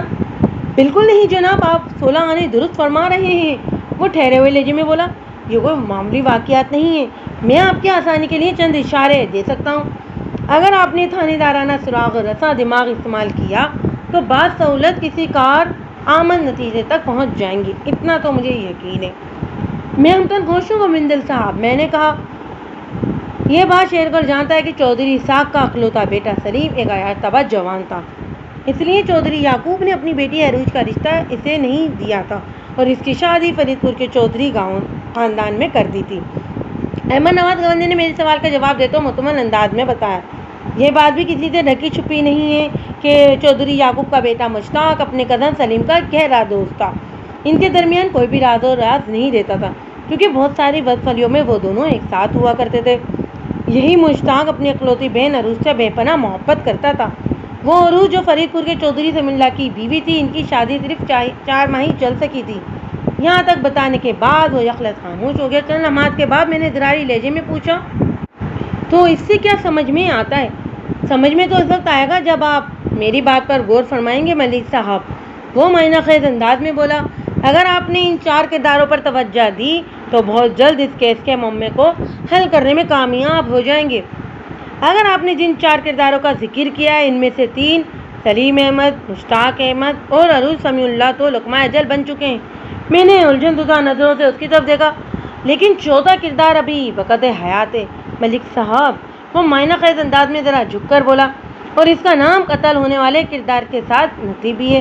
جیسا کہ ابھی آپ نے میرے سامنے عروج سمیع اللہ کا نام لیا ہے، آپ کے ان 2 معنی اور سنسنی خیز اشارے سے میری سمجھ میں یہی آیا ہے کہ میں نے مطل انداز میں کہا، اگر میں اپنی تفتیش فرید پور کی اونچی حویلی تک محدود کر دوں تو کامیابی کے امکانات روشن ہیں۔ میں ایسا سمجھتا ہوں، باقی اللہ بہتر جانتا ہے ملک صاحب۔ اس نے عام سے لہجے میں کہا، ویسے میں ہر حال میں آپ کی سرگروئی کے لیے دعا خواہ ہوں۔ آپ کے اس خلوص اور اپنائیت کے لیے میں دل سے مشکور ہوں گووندل صاحب۔ میں نے کھڑے ہوتے ہوئے کہا، انشاءاللہ بہت جلد ملاقات ہوگی، انشاءاللہ۔ وہ توانا لہجے میں بولا، اگر مجھے شیر گڑھ کی طرف نہیں جانا ہوتا تو میں آپ کو شام تک ضرور یہاں روک لیتا۔ بہت شکریہ گووندل صاحب۔ میں نے اس سے الوداع مضافہ کیا اور حویلی سے نکل آیا۔ احمد نواز گووندل نے اشاروں کنائیوں میں بہت کچھ کہہ دیا تھا۔ واپسی کے سفر کے دوران میں اس کی معنی خیز باتوں کے بارے میں سوچتا رہا۔ مجھے مسلسل خاموشی اور کسی گھمرتا سوچ میں ڈوبا دیکھ کر کانسٹیبل جاوید نے کہا، ملک صاحب، میں نے جیسا سوچا تھا اس کے بالکل الٹ پایا ہے۔ میں نے چک کر اس کی طرف دیکھا اور پوچھا، جاوید، تم نے ایسا کیا سوچ لیا؟ میرا خیال تھا کہ آپ گووندل صاحب کو گرفتار کر کے اپنے ساتھ لے آئیں گے۔ وہ مایوس بھرے لہجے میں بولا، لیکن آپ نے تو اس سے بڑے دوستانہ انداز میں پوچھ گچھ کی ہے۔ میری ایک بات کو اچھی طرح ذہن نشین کر لو جاوید، میں نے گہری سنجیدگی سے کہا، قانون ہر چھوٹے بڑے، طاقتور کمزور، اعلیٰ و ادنا کے ساتھ مسافت کا حکم دیتا ہے، اس لیے کہ قانون کی نظر میں تمام انسانوں کے حقوق اور فرائض مساوی ہیں، اور قانون کا تقاضا ہے کہ بغیر ٹھوس ثبوت کے محض شک کی بنیاد پر کسی کو گرفتار نہیں کیا جائے۔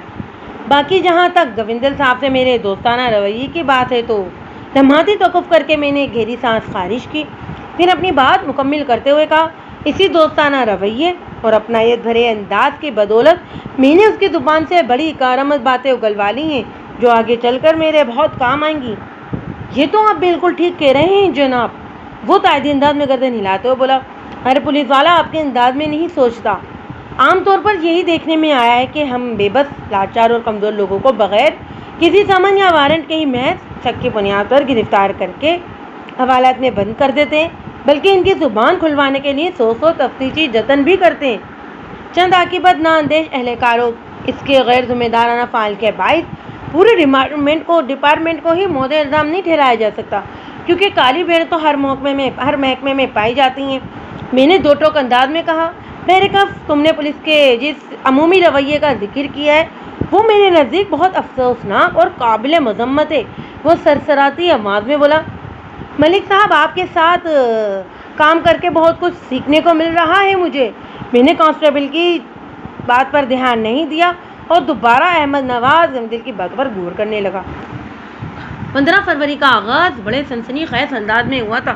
پچھلی رات جب میں پنڈ گوندوالا کی مہم سے واپس آیا تھا تو میرا ذہن خاصا الجھا ہوا تھا۔ احمد نواز گووندل کی مہم اور گول مول باتوں کے اندر کئی ایک راز چھپے ہوتے۔ اس نے بڑے اعتماد کے ساتھ جو کچھ بھی کہا تھا میں نے اسے ہلکا نہیں لیا تھا، اور رات سوتے وقت بھی اس کے اشارے اور کنائیے میری سوچ کے ارد گرد گردش کر رہے تھے۔ اور صبح جب مقتولین کی پوسٹ مارٹم لاشیں اسپتال سے تھانے پہنچی تو ایک نیا مسئلہ کھڑا ہو گیا۔ میں نے فرید پور اور شیرگڑھ اپنے بندوں کو بھیج کر دونوں متاثرہ خاندانوں کو تھانے بلا لیا تھا۔ مذکرہ لاشیں تھانے کے صحن میں ڈھکی رکھی تھیں اور چودھری صاحبان میرے کمرے میں موجود ایک نئی بھیس چھیڑے بیٹھے تھے۔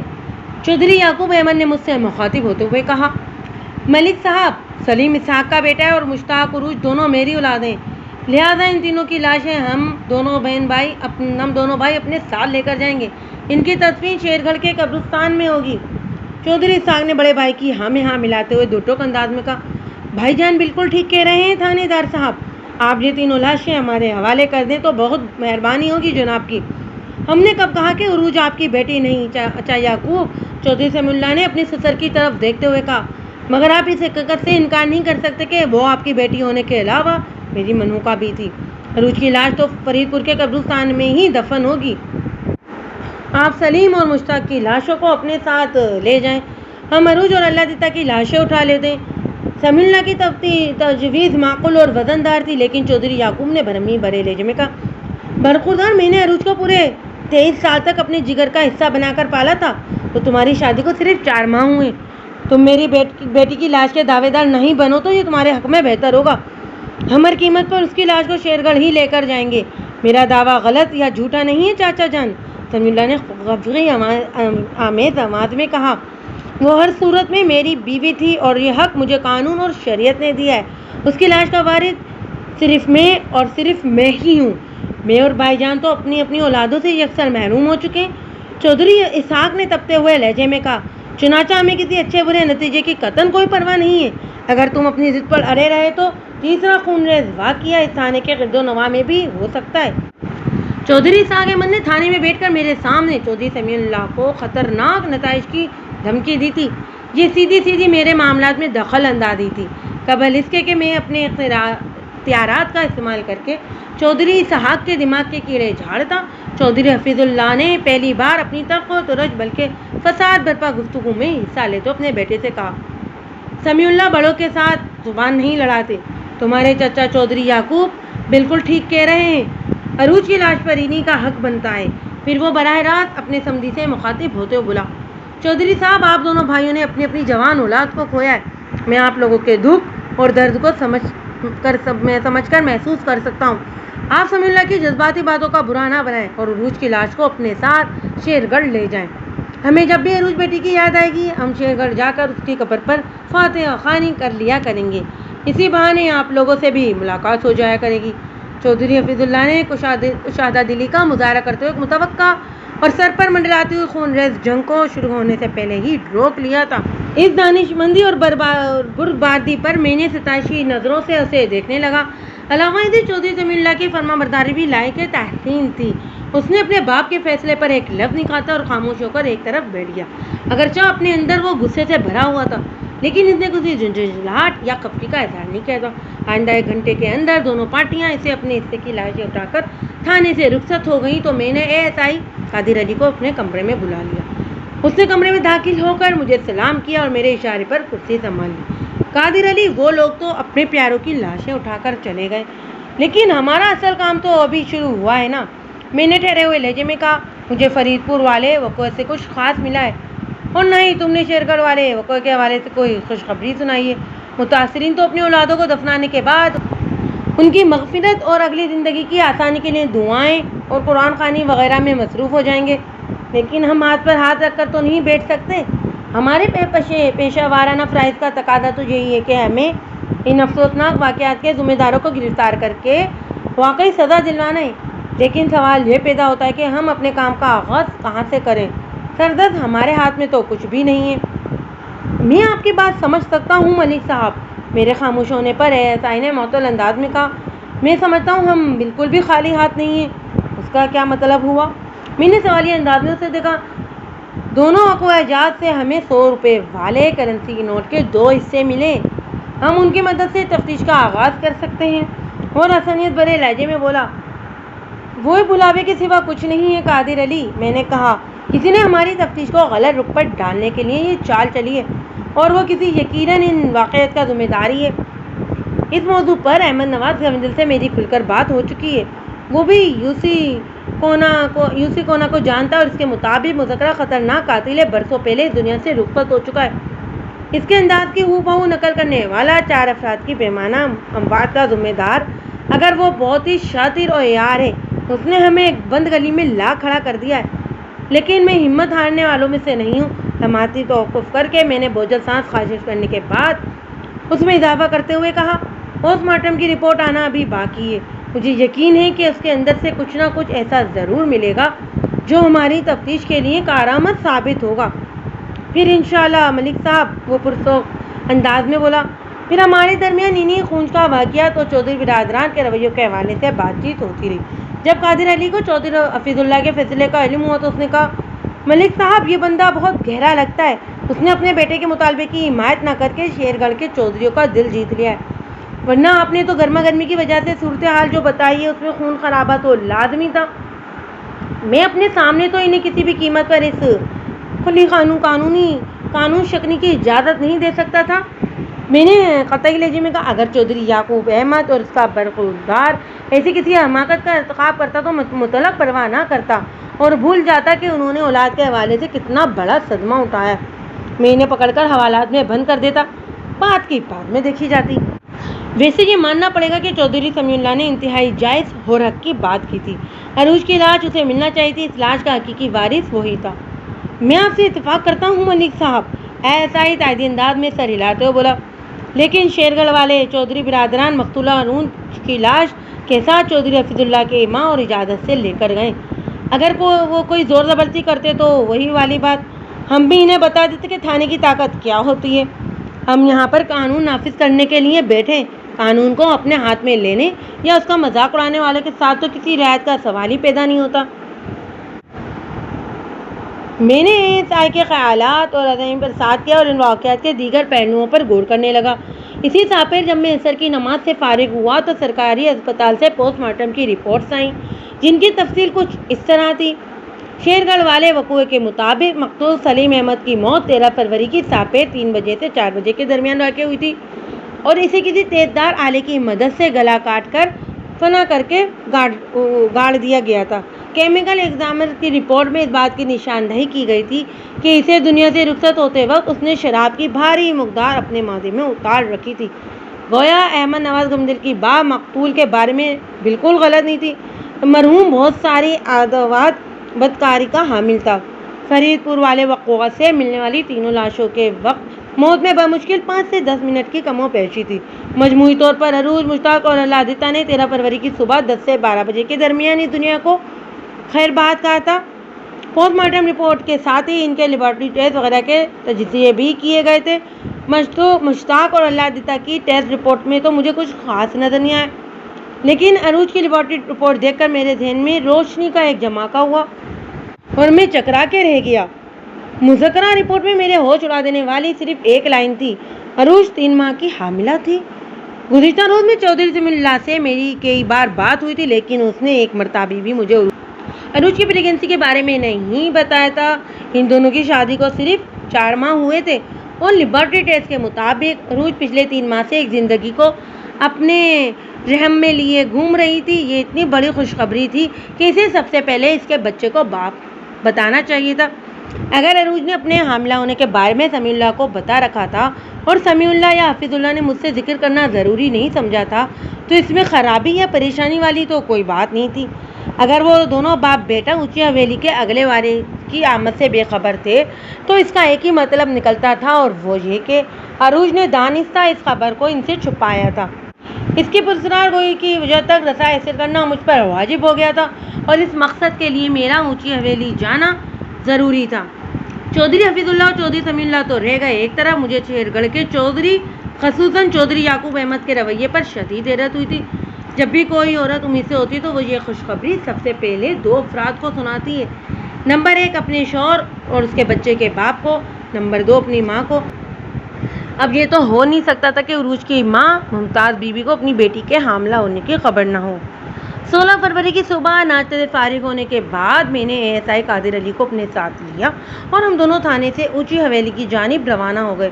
آج سردی کم اور موسم کھلا ہوا اور خوشگوار محسوس ہو رہا تھا۔ قادر علی کو اپنے ساتھ لے کر جانے کا میرا ایک خاص مقصد تھا۔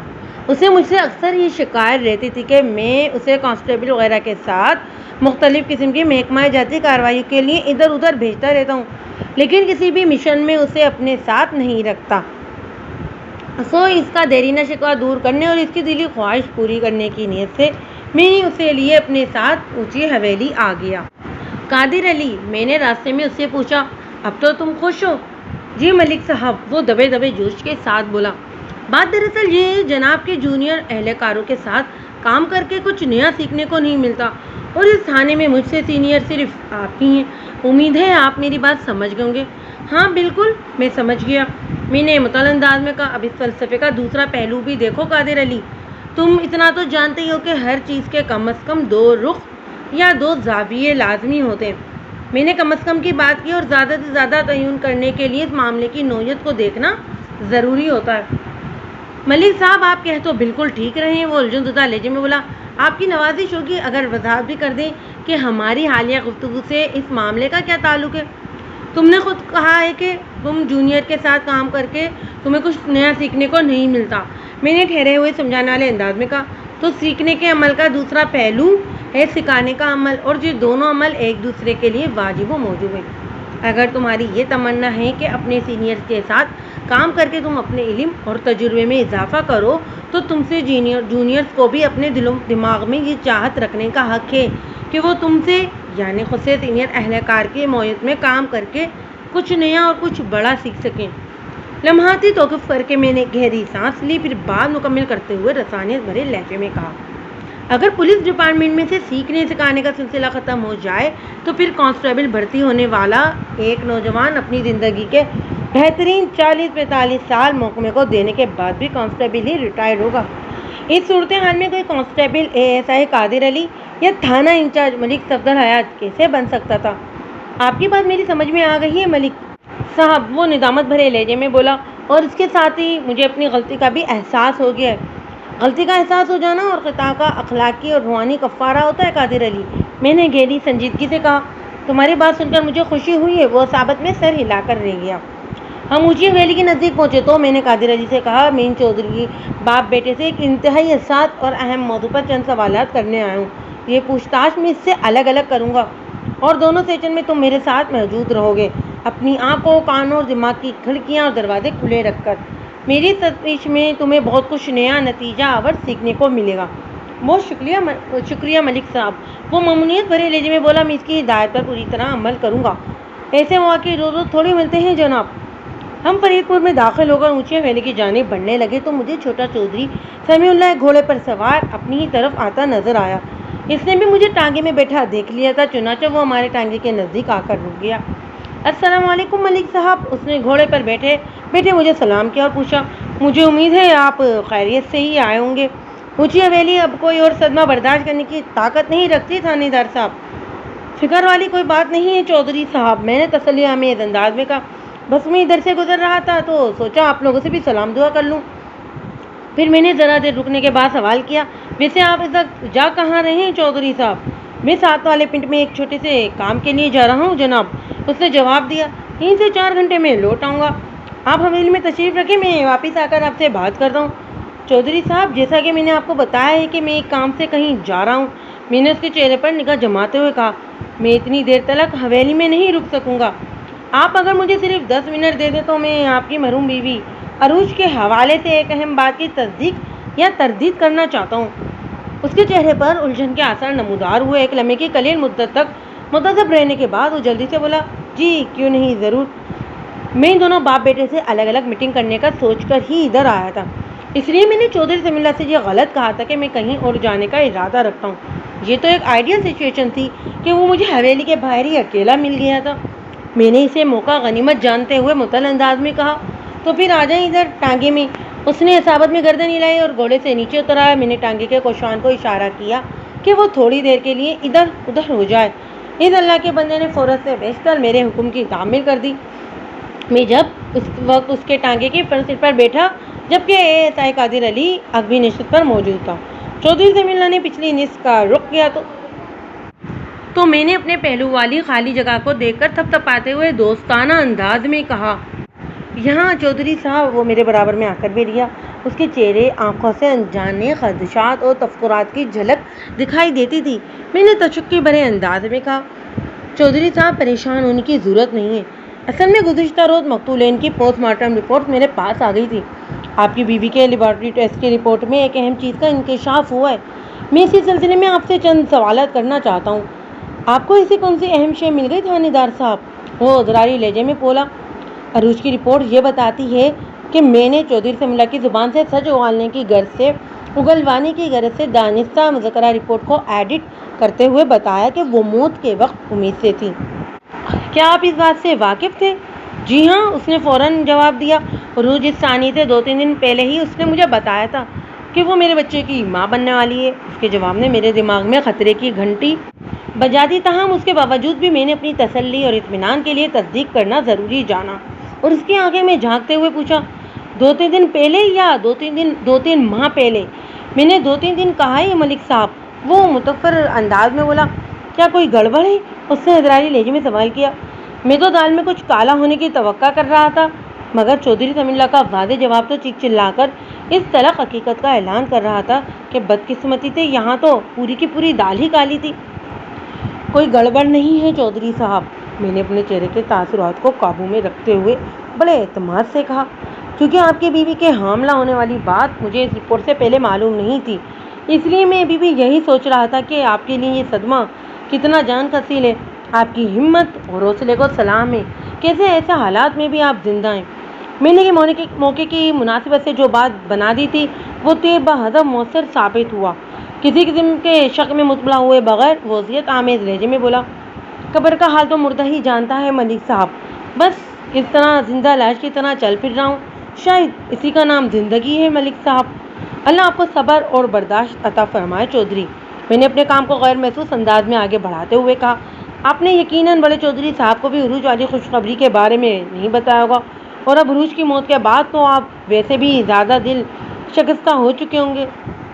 جب میں نے ابا جی کو یہ بتایا کہ میں باپ بننے والا ہوں تو وہ دادا بننے کی خوشی میں اتنے زیادہ پرجوش ہو گئے تھے کہ میں نے انہیں زندگی میں اتنا خوش اس سے پہلے کبھی نہیں دیکھا۔ نانا تو وہ کئی بار بن چکے ہیں، مگر اپنی نسل کی آگے بڑھنے کی مسرت اور خوشی کچھ الگ ہی ہوتی ہے۔ لیکن عروج کی موت کے سبب ہی سب ختم ہو گیا ملک صاحب، وہ حد درجہ افسردہ ہو گیا۔ میں آپ کے غم اور صدمے کی شدت کو محسوس کر سکتا ہوں چودھری، میں نے ہمدردی بھرے لہجے میں کہا، پھر اپنے کام کے آخری حصے کو بھی انجام دے ڈالا۔ آپ نے بھی مجھے بتایا کہ مرحومہ عروج نے اپنی موت سے 2-3 دن پہلے ہی آپ کو باپ بننے کی خوشی دی تھی۔ اس کا مطلب تو یہ ہوا کہ شیرگڑھ والے چودھری برادران بھی اس کے امید سے ہونے کے بارے میں کچھ نہیں جانتے تھے۔ جی بالکل، وہ قطعی لہجے میں بولا، اگر عروج 13 تاریخ کو صحیح سلامت شیرگڑھ پہنچ جاتی تو پھر یہ خبر وہاں پہنچ جانا تھی، مگر قدرت سے لڑنا کسی انسان کے بس کی بات نہیں ملک صاحب۔ ویسے میرا ارادہ تھا کہ کم از کم چاچا یعقوب احمد کو اس حوالے سے آگاہ کر دوں، مگر ابا جی نے مجھے منع کر دیا تھا، اور آپ نے اس روز تھانے میں ان دونوں بھائیوں کا رویہ تو دیکھ ہی لیا تھا، ان کے انداز میں اپنوں والی تو کوئی بات ہی نہیں تھی۔ عروج کے موت کے ساتھ ہی انہوں نے مجھ سے ایسا غیرت کا برتاؤ کیا جیسے عروج سے میرا کوئی رشتہ ناتا کبھی رہا ہی نہ ہو۔ بات کے اختتام پر اس کے لہجے میں کڑواہٹ اٹھ کر آئی تھی۔ میں نے اپنا کام مکمل کر کے چکنے کے بعد ٹھہرے ہوئے انداز میں کہا، ہاں میں نے ان دونوں بھائیوں کے تکبر، ضد اور ناقابلیت کا تماشا اپنی آنکھوں سے دیکھا تھا۔ پہرے کف میں سانس ہموار کرنے کی غرض سے تھما، پھر ان الفاظ میں اضافہ کر دیا، آپ نے بالکل ٹھیک کیا چودھری صاحب، ایسے بدلیاز گھمنڈی لوگوں سے دور رہنا ہی دانش مندی ہے۔ اب آپ اپنے کام سے کام رکھیں، میں بڑے چودھری صاحب کو سلام کر کے آگے نکل جاؤں گا۔ کیا 4 افراد کے قاتلوں کے بارے میں کچھ پتہ چلا ملک صاحب؟ اس نے سرسری انداز میں پوچھا۔ تفتیش جاری ہے چودھری صاحب، میں نے مطمئن انداز میں جواب دیا، اس سلسلے میں مصروف عمل ہوں، درندے جو کوئی بھی ہوں میں انہیں گرفتار کیے بغیر سکون سے نہیں بیٹھوں گا۔ اس نے تہجد سے میرا شکریہ ادا کیا اور ٹانگے سے اتر کر اپنے گھوڑے کی جانب روانہ ہو گیا۔ اس کے جاتے ہی کوچوان واپس ٹانگے میں آ گیا اور ہمارا رخ حویلی کی سمت ہو گیا۔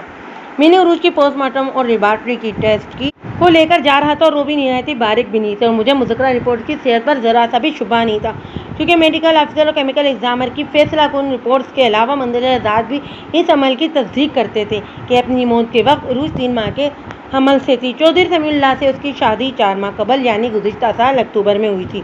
اس مدت کو ذہن میں رکھ کر حساب لگائیں تو منطقی نتیجے تک رسائی حاصل کرنے کے لیے راکٹ سائنس کی ضرورت نہیں تھی۔ اگر وہ بچہ چودھری سمیع اللہ کا تھا تو پھر عروج نے 3 ماہ کے بعد اسے یہ خوشخبری کیوں دی کہ وہ اس کے بچے کی ماں بننے والی ہے؟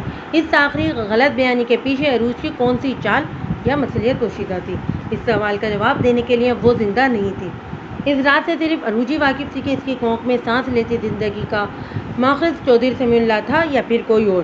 چودھری سمیع اللہ تو اسے ایک میوہ جان کر اس کی آباری کرتا رہا، جبکہ عروج کی رپورٹ اسے قلمی ثابت کرنے پر تلی ہوئی تھی۔ چودھری حفظ اللہ کے ملازمین نے عزت و احترام کے ساتھ ہمیں حویلی کی بیٹھک میں پہنچا دیا۔ چند ہی منٹ میں چودھری خود بھی ہمارے ساتھ موجود تھا۔ صاحب سلامت کے بعد اس نے ایک ملازم کو پاس بلا کر کچھ ہدایت دینے کا ارادہ ہی کیا تھا کہ میں نے فوراً کہا، چودھری صاحب کسی تکلف کی ضرورت نہیں، میں صرف 10 منٹ آپ کے پاس رک کر آگے بڑھ جاؤں گا، بس آپ سے ایک ضروری بات کرنی تھی اس لیے یہاں آ گیا۔ آج وہ 3 مہینے پہلے والے حفظ اللہ سے بالکل مختلف دکھائی دے رہا تھا۔ 13 فروری کی ساپیر جب جائے وقوع پر میری اس سے ملاقات ہوئی تھی تو وہ سراتپا غم کی تصویر بنا ہوا تھا، مگر اس وقت وہ ایک دم بے فکر اور حشاش بشاش نظر آ رہا تھا۔ ملک صاحب یہ کیا بات ہوئی؟ اس نے شاکی نظر سے مجھے دیکھتے ہوئے کہا، اس روز بھی آپ کچھ کھائے پیے بغیر ہی یہاں سے چلے گئے تھے۔ آج میں جی بھر کر آپ کی خاطرداری کروں گا چودھری صاحب، میں آپ کی خاطرداری کی خواہش کو بہت جلد پورا کر دوں گا، میں نے نپے تلے الفاظ میں کہا۔ فی الحال صرف ایک گلاس پانی سے کام چل جائے گا۔ ہم کافی ٹائٹ ناشتہ کر کے تھانے سے نکلے اور آج کام بھی بہت زیادہ ہے، لہٰذا بس 10-15 منٹ کے بعد مجھے ہر صورت جانا ہوگا۔ امید ہے آپ میری پیشہ ورانہ مجبوریوں کا احساس کریں گے۔ میں نے اپنا مقدمہ اتنی سنجیدگی اور دو ٹوک انداز میں پیش کیا تھا کہ اس نے مزید کوئی بحث نہیں کی۔ اس نے اپنے ملازم کو چائے، بسکٹ اور پانی لانے کا حکم دیا، پھر میری طرف دیکھتے ہوئے بولا، آج کس طرف چڑھائی کرنے کا ارادہ ہے ملک صاحب؟ اور آپ مجھ سے ایسی کون سی اہم بات کرنے آئے؟ جیسا کہ میں نے بتایا، میرا آج کا دن بہت مصروف گزرنے والا ہے، میں نے گول مول جواب دیا۔ دیگر کاموں کے علاوہ ایک چکر پنڈ گووند والا کا بھی لگانا ہے، وہاں کے چودھری احمد نواز گووندن سے ملاقات ضروری ہے۔ وہ بندہ چودھری یعقوب احمد کا سیاسی حریف بھی ہے، عین ممکن ہے اس سے ملنا اس کیس کو حل کرنے کے لیے معاون ثابت ہو۔ باقی جہاں تک آپ کے سوال کے دوسرے حصے کا تعلق ہے تو ڈرامائی انداز میں توقف کر کے میں نے گہری سانس خارج کی، پھر سمیع اللہ سے ہونے والی حالیہ بات چیت کے برق ایک نئے اور مختلف انداز میں اضافہ کرتے ہوئے کہا، ان دونوں خونریز وارداتوں کے حوالے سے میرے ہاتھ ایک ثبوت لگا ہے، ہو سکتا ہے اس ثبوت کو دیکھ کر آپ کے ذہن میں کچھ آ جائے اور آپ میری مدد کر سکیں۔ اس نے چونک کر مجھے دیکھا اور بے حد محتاط لہجے میں پوچھا، ملک صاحب آپ کے ہاتھ ایسا کیا لگ گیا ہے؟ میں نے اپنی جیب سے 100 روپے والے کرنسی کے نوٹ کے دونوں ٹکڑے نکال کر اس کے سامنے رکھتے ہوئے پوچھا، ان میں سے ایک ٹکڑا فرید پور والے جاوکوا سے اور دوسرا چھیڑ گڑھ والے موقع واردات سے ملا ہے۔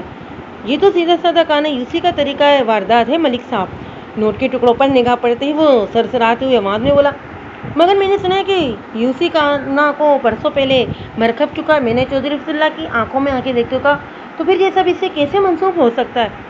کچھ لوگ ایسا سمجھتے ہیں کہ کئی سال پہلے کانا یوسی مارا جا چکا ہے، اور بعض کا خیال ہے کہ وہ کھانے وال کو چھوڑ کر شیخا پورا آپس آئے اور اب تک محترک ہے۔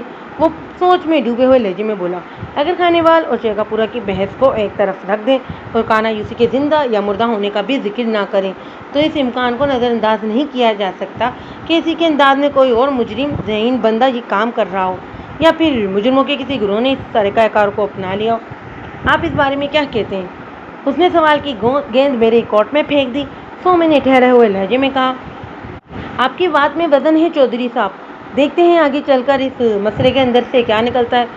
اس دوران میں چائے بسکٹ وغیرہ آ چکے تھے۔ میں چودھری کو ادھر ادھر گھمانے کے بعد مطلب کی بات پر آ گیا، وہ بات جس کو کہنے کے لیے میں نے یہ گراؤنڈ بنایا تھا۔ چودھری صاحب، میں نے اس کے چہرے پر نگاہ جما کر ہمدردی بھرے لہجے میں کہا، میں آپ کے رنج و غم میں برابر کا شریک ہوں، اور مجھے سب سے زیادہ دکھ اس بات کا ہے کہ عروج چودھری سمیع اللہ کو کبھی اولاد کا تحفہ نہیں دے سکتی تھی۔ خیر، اب تو وہ اس دنیا سے ہی رخصت ہو گئی ہے۔ یہ آپ نے کسی بات کر دی ملک صاحب؟ چونکہ بغیر اس نے کریدنے والے انداز میں کہا، آپ کو یہ کیسے معلوم ہوا کہ عروج بچہ پیدا کرنے کے قابل نہیں تھی؟ اس کے لیبارٹری ٹیسٹ کی رپورٹ ہے۔ میں نے اس کی آنکھوں میں دور تک جھانکتے ہوئے کہا، کیا مطلب ہے آپ کا؟ اس کی کرے تفتیش میں بدل گئی۔ میں کل مقتلین کے پوسٹ مارٹم کی رپورٹ وغیرہ مجھے موصول ہو گئی ہے۔ میں نے اس کے چہرے کے تاثرات کا باریک بینی سے جائزہ لیتے ہوئے کہا، عروج کی رپورٹ کو دیکھ کر پتہ چلتا ہے کہ وہ بانج تھی۔ میں نے چودھری رفیع اللہ سے دانستہ جھوٹ کہا تاکہ چودھری سمیع اللہ کی فراہم کردہ معلومات کی تصدیق یا تردید ہو سکے۔ یہ سب اس لیے بھی ضروری تھا کہ عروج کے لیبارٹری ٹیسٹ کی رپورٹ چودھری سمیع اللہ کے چند منٹ پہلے والے بیان سے لگا نہیں کھاتی تھی۔ اب دیکھنا یہ تھا کہ عروج کا سلسل کس صورتحال اور راز میں جواب دیتا ہے۔ ملک صاحب، آپ سیانے بیانے انسان ہیں۔ اس نے میرے کام کو سیل کرتے ہوئے بڑے اعتماد اور سنجیدگی سے کہا، سوئنے رب کے ہر کام میں کوئی نہ کوئی مصلحت ہوتی ہے۔ اگر آگے چل کر عروج کی بانج پن ظاہر ہوتا تو مجھے مجبوراً سمیع اللہ کی دوسری شادی کرانا پڑتی، کیونکہ اولاد تو ہر انسان کے لیے اتنی ہی ضروری ہوتی ہے جتنی کہ آکسیجن۔ لمحاتی توقف کر کے اس نے بوجھل سانس خارج کی، پھر ان الفاظ میں اضافہ کیا، اللہ اس کی مغفرت فرمائے۔ میں نے اور ایسا نے بے وقت آمین کہا۔ چودھری رفیع اللہ کے جواب سے دو باتیں سامنے آئی تھیں۔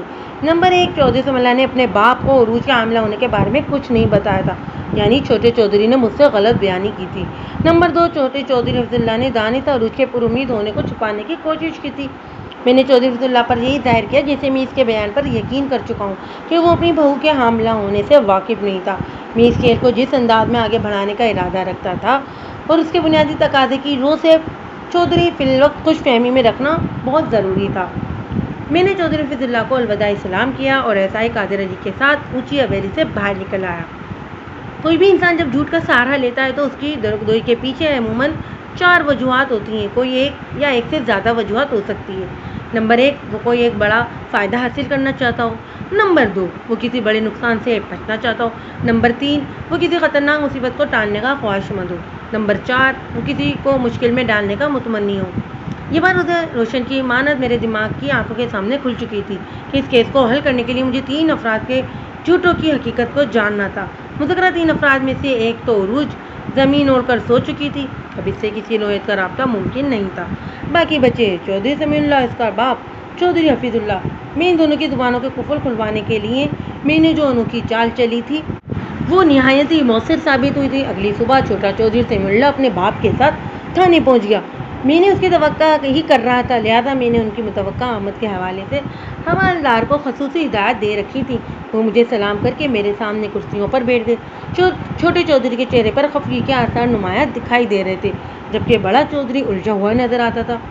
چودھری صاحب، میں نے سمیع اللہ کی طرف دیکھتے ہوئے اپنے کھیل کا ڈراپ سین اسٹارٹ کیا، آپ کا منہ ٹھیک نہیں لگ رہا، سب خیریت تو ہے؟ ملک صاحب، سمیع اللہ کو آپ سے چند شکایتیں پیدا ہو گئی ہیں۔ چودھری حفیظ اللہ بیٹے کی لب کشائی سے پہلے ہی بول اٹھا۔ میرا تو تھانہ آنے کا ارادہ تھا نہیں، بس یہی زبردستی مجھے اپنے ساتھ لے کر آ گیا ہے۔ چودھری صاحب، پولیس ڈپارٹمنٹ نے مجھے یہاں لوگوں کی فریادیں اور شکایتیں سننے کے لیے ہی بٹھا رکھا ہے، میں نے بڑے چودھری کے جواب میں سرسری انداز میں کہا۔ پھر چھوٹے چودھری کی طرف دیکھتے ہوئے ان الفاظ میں اضافہ کر دیا، بتائیں چھوٹے چودھری صاحب، آپ کو مجھ سے کیا شکایت ہے؟ میں آپ کی تشریح کرنے کا ذمہ دار ہوں۔ صرف 2 باتیں میرا دماغ خراب کر رہی ہیں ملک صاحب، سمیع اللہ نے جھنجھلاہٹ بھرے لہجے میں کہا۔ آپ نے مجھ سے 100 روپے والے کرنسی نوٹ کے 2 ٹکڑوں کا سرے سے ذکر ہی نہیں کیا اور ابا جی کو پوری کہانی سنا ڈالی۔ یہ تو ہے میری پہلی شکایت۔ آپ اس بات کا جواب دیں کہ آپ نے ایسا کیوں کیا، پھر میں آپ کو دوسری بات بتاتا ہوں۔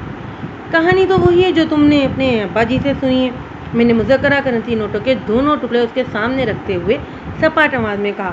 آپ کے ابا جی کا کہنا یہ ہے کہ ان دونوں نے خونی وارداتوں کے پیچھے یوسی کانا یا اس کی طرز پر کام کرنے والے کسی جرائم پیشہ خدا کا ہاتھ ہے۔ مجھے بتاؤ اب آپ اس بارے میں کیا سوچتے ہو؟ میں کانا یوسی کے بارے میں کچھ نہیں جانتا، وہ بے بسی سے بولا، اس لیے اپنے خیالات کا اظہار نہیں کر سکتا۔ ٹھیک ہو گیا، اس میں پریشانی والی کوئی بات نہیں، میں نے معطل انداز میں کہا۔ میں جانتا تھا کہ یوسی کانا کے موضوع پر آپ سے بات کرنے سے کچھ حاصل نہیں ہوگا، چنانچہ میں نے اس کا ذکر ضروری نہیں جانا۔ اب آپ مجھے دوسری شکایت کے بارے میں بتاؤ۔ آپ نے عروج کی رپورٹ کے حوالے سے بھی ہم دونوں کو 2 الگ الگ کہانیاں سنائی ہیں، وہ برا سا منہ بناتے ہوئے بولا۔ ابا جی کو آپ نے بتایا کہ عروج بانجھ تھی اور مجھ سے کہا کہ وہ میرے بچے کی ماں بننے والی تھی، یہ تضاد کیوں جناب؟ یاد کریں، یہ بات تو عروج نے اپنی موت سے 2-3 دن پہلے آپ کو بتائی تھی کہ وہ آپ کے بچے کی ماں بننے والی تھی، میں نے ٹھہرے ہوئے لہجے میں کہا۔ میں نے تو عروج کی رپورٹ کا ذکر کرتے ہوئے کہا تھا کہ اس رپورٹ کے مطابق وہ حاملہ تھی، میں نے ایسا کچھ نہیں کہا کہ اس کے پیٹ میں آپ کا بچہ ہے۔ ہاں، آپ ٹھیک کہہ رہے ہیں، وہ گڑبڑائے ہوئے لہجے میں بولا، مگر الفاظ کے ہیر پیر سے کیا فرق پڑتا ہے؟ اگر عروج امید سے ہے تو ظاہر ہے اس کی کوکھ میں میرا ہی بچہ تھا۔ الفاظ کے ہیر پیر سے جو فرق پڑتا ہے اسے سن کر تمہارا دماغ پھر جائے گا چودھری جی، میں نے آپ جناب کو بلائے تاگ رکھتے ہوئے کرخت لہجے میں کہا۔ کیا مطلب ہے آپ کا؟ مطلب یہ کہ عروج کے بدن میں تمہارا بچہ پروان چڑھ رہا ہوتا تو وہ اپنی موت سے 3 ماہ پہلے تمہیں باپ بننے کی خوشخبری سنا چکی ہوتی، میں نے ایک لفظ پر زور دیتے ہوئے کہا۔ پوسٹ مارٹم اور لیبارٹری ٹیسٹ کی رپورٹ سے پتہ چلتا ہے کہ موت کے وقت عروج 3 ماہ کی حاملہ تھی، میں نے ڈرامائی انداز میں توقف کیا، پھر بڑے چودھری کی طرف دیکھتے ہوئے ان الفاظ میں اضافہ کر دیا۔ آپ نے تو انگریز کے زمانے میں مڈل تک تعلیم حاصل کی تھی، آپ انگلش بآسانی لکھ پڑھ اور سمجھ سکتے ہیں۔ اگر آپ لوگوں کو میری بات کا یقین نہیں تو اپنی آنکھوں سے دیکھ لیں۔ بات کے اختتام پر میں نے رپورٹس اپنی میز کے دراز میں سے نکال کر ان کی جانب بڑھا دی۔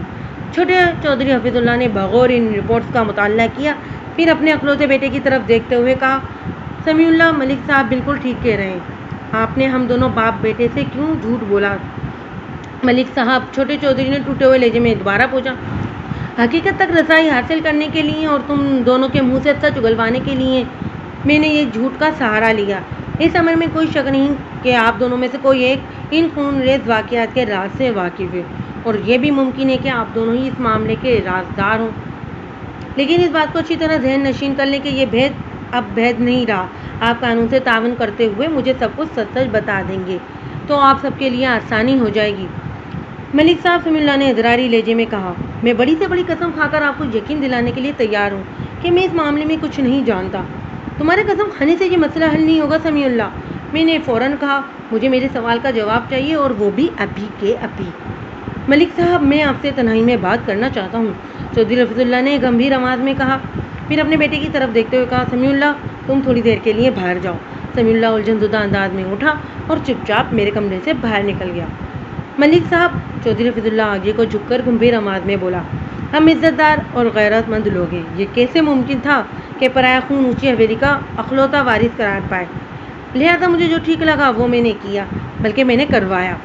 اس معاملے میں سمیع اللہ کا کچھ لینا دینا نہیں ہے، اس لیے میں نے اس کے سامنے بات نہیں کی۔ آپ سمجھدار انسان ہیں، اس بکیڑے کو ہم دونوں مل کر سمیٹ سکتے ہیں۔ میں آپ کی ہر شرط اور مطالبہ ماننے کو تیار ہوں، بس آپ حکم کریں۔ میں ایک گہری اور آسودہ سانس لے کر رہ گیا۔ ڈھکے چھپے نہیں بلکہ واضح الفاظ میں چودھری نے 4 افراد کو قتل کروانے کا اقرار کیا تھا، مگر میرے لیے کچھ اور جاننا بھی بہت ضروری تھا۔ چودھری صاحب، میں کن شرائط اور کون کون سے قواعد و ضوابط پر اس بکیڑے کو سمیٹنا چاہوں گا، اس کا فیصلہ تو بعد میں ہوگا۔ میں نے ڈوٹوک انداز میں کہا، پہلے آپ مجھے یہ بتائیں کہ آپ کو عروج کی اس سنگین غلطی کا کب پتہ چلا تھا؟ لگ بھگ 2 ماہ پہلے، وہ سوچ میں ڈوبے ہوئے لہجے میں بولا۔ چودھرائن وزیر بیگم کے انتقال پر دوسرے لوگوں کے علاوہ شیر گڑھ والے دونوں چودھری بھائی اور ان کے بچے بھی یہاں آئے ہوئے تھے، اور میں نے اتفاقاً چودھری اور چودھری اسحاق کے بیٹے سلیم کو تنہائی میں باتیں کرتے سن لیا تھا۔ سلیم کسی بات کے لیے عروج سے ضد کر رہا تھا اور جواب میں عروج نے جو کہا، ان الفاظ نے میرے دماغ کو پھاڑ ڈالا تھا۔ وہ منت ریز لہجے میں اس سے کہہ رہی تھی، خدا کے لیے میرا پیچھا چھوڑ دو سلیم، اب میں تمہارے لیے پرائی ہو چکی ہوں، تم میری جمی جمائی زندگی کو برباد کرنے کی کوشش مت کرو، یہی کا کم ہے کہ تمہاری محبت کی یادگار میرے پیٹ میں پڑ رہی ہے۔ اتنا کہہ کر چودھری خاموش ہو گیا۔ اس کے کہنے کو کچھ بھی باقی نہیں بچا تھا۔ عروج کی لیبارٹری ٹیسٹ رپورٹ اس کے اقبال جرم کی تصدیق کرتی تھی۔ چودھری صاحب، آپ کو میری خاطرداری کرنے کی بڑی تمنا تھی، مگر افسوس کہ قدرت نے آپ کو اس کا موقع نہیں دیا۔ ہاں، البتہ یہ سنہری موقع خوش قسمتی سے میرے ہاتھ لگ گیا ہے، اور آپ اس بات کا یقین کر لیں کہ میں آپ کی جم کر ایسی خاطرداری کروں گا جو آپ مدتوں یاد رکھیں گے۔ بات کے اختتام پر میں نے بآواز بلند اپنے حوالدار کو پکارا، نبی بخش، میں نے تمہیں جو خصوصی ہدایت دی تھی ان پر عمل کرنے کا وقت آ گیا ہے، فوراً یہاں آ جاؤ۔ میرے خطرناک تیور دیکھ کر چودھری حفظ اللہ کی آنکھوں میں خوف کی پرچھائیاں لہرانے لگیں۔ اس نے لجاجت بھرے لہجے میں کہا، ملک صاحب، کوئی تو راستہ ہوگا۔ راستہ تو ہر علم میں ہوتا ہے چودھری صاحب، میں نے سنسناتے ہوئے لہجے میں کہا، مگر اس وقت آپ کے سامنے جو واحد راستہ ہے وہ میرے تھانے کی حوالات سے عدالت اور عدالت سے سیدھا جیل کی طرف جاتا ہے۔ اس کے بعد آپ کی قسمت۔ وہ وحشت اور دہشت بھرے انداز میں مجھے دیکھنے لگا۔ میں نے جو اسے راستہ بتایا تھا وہ اس کی سمجھ میں نہیں آیا تھا۔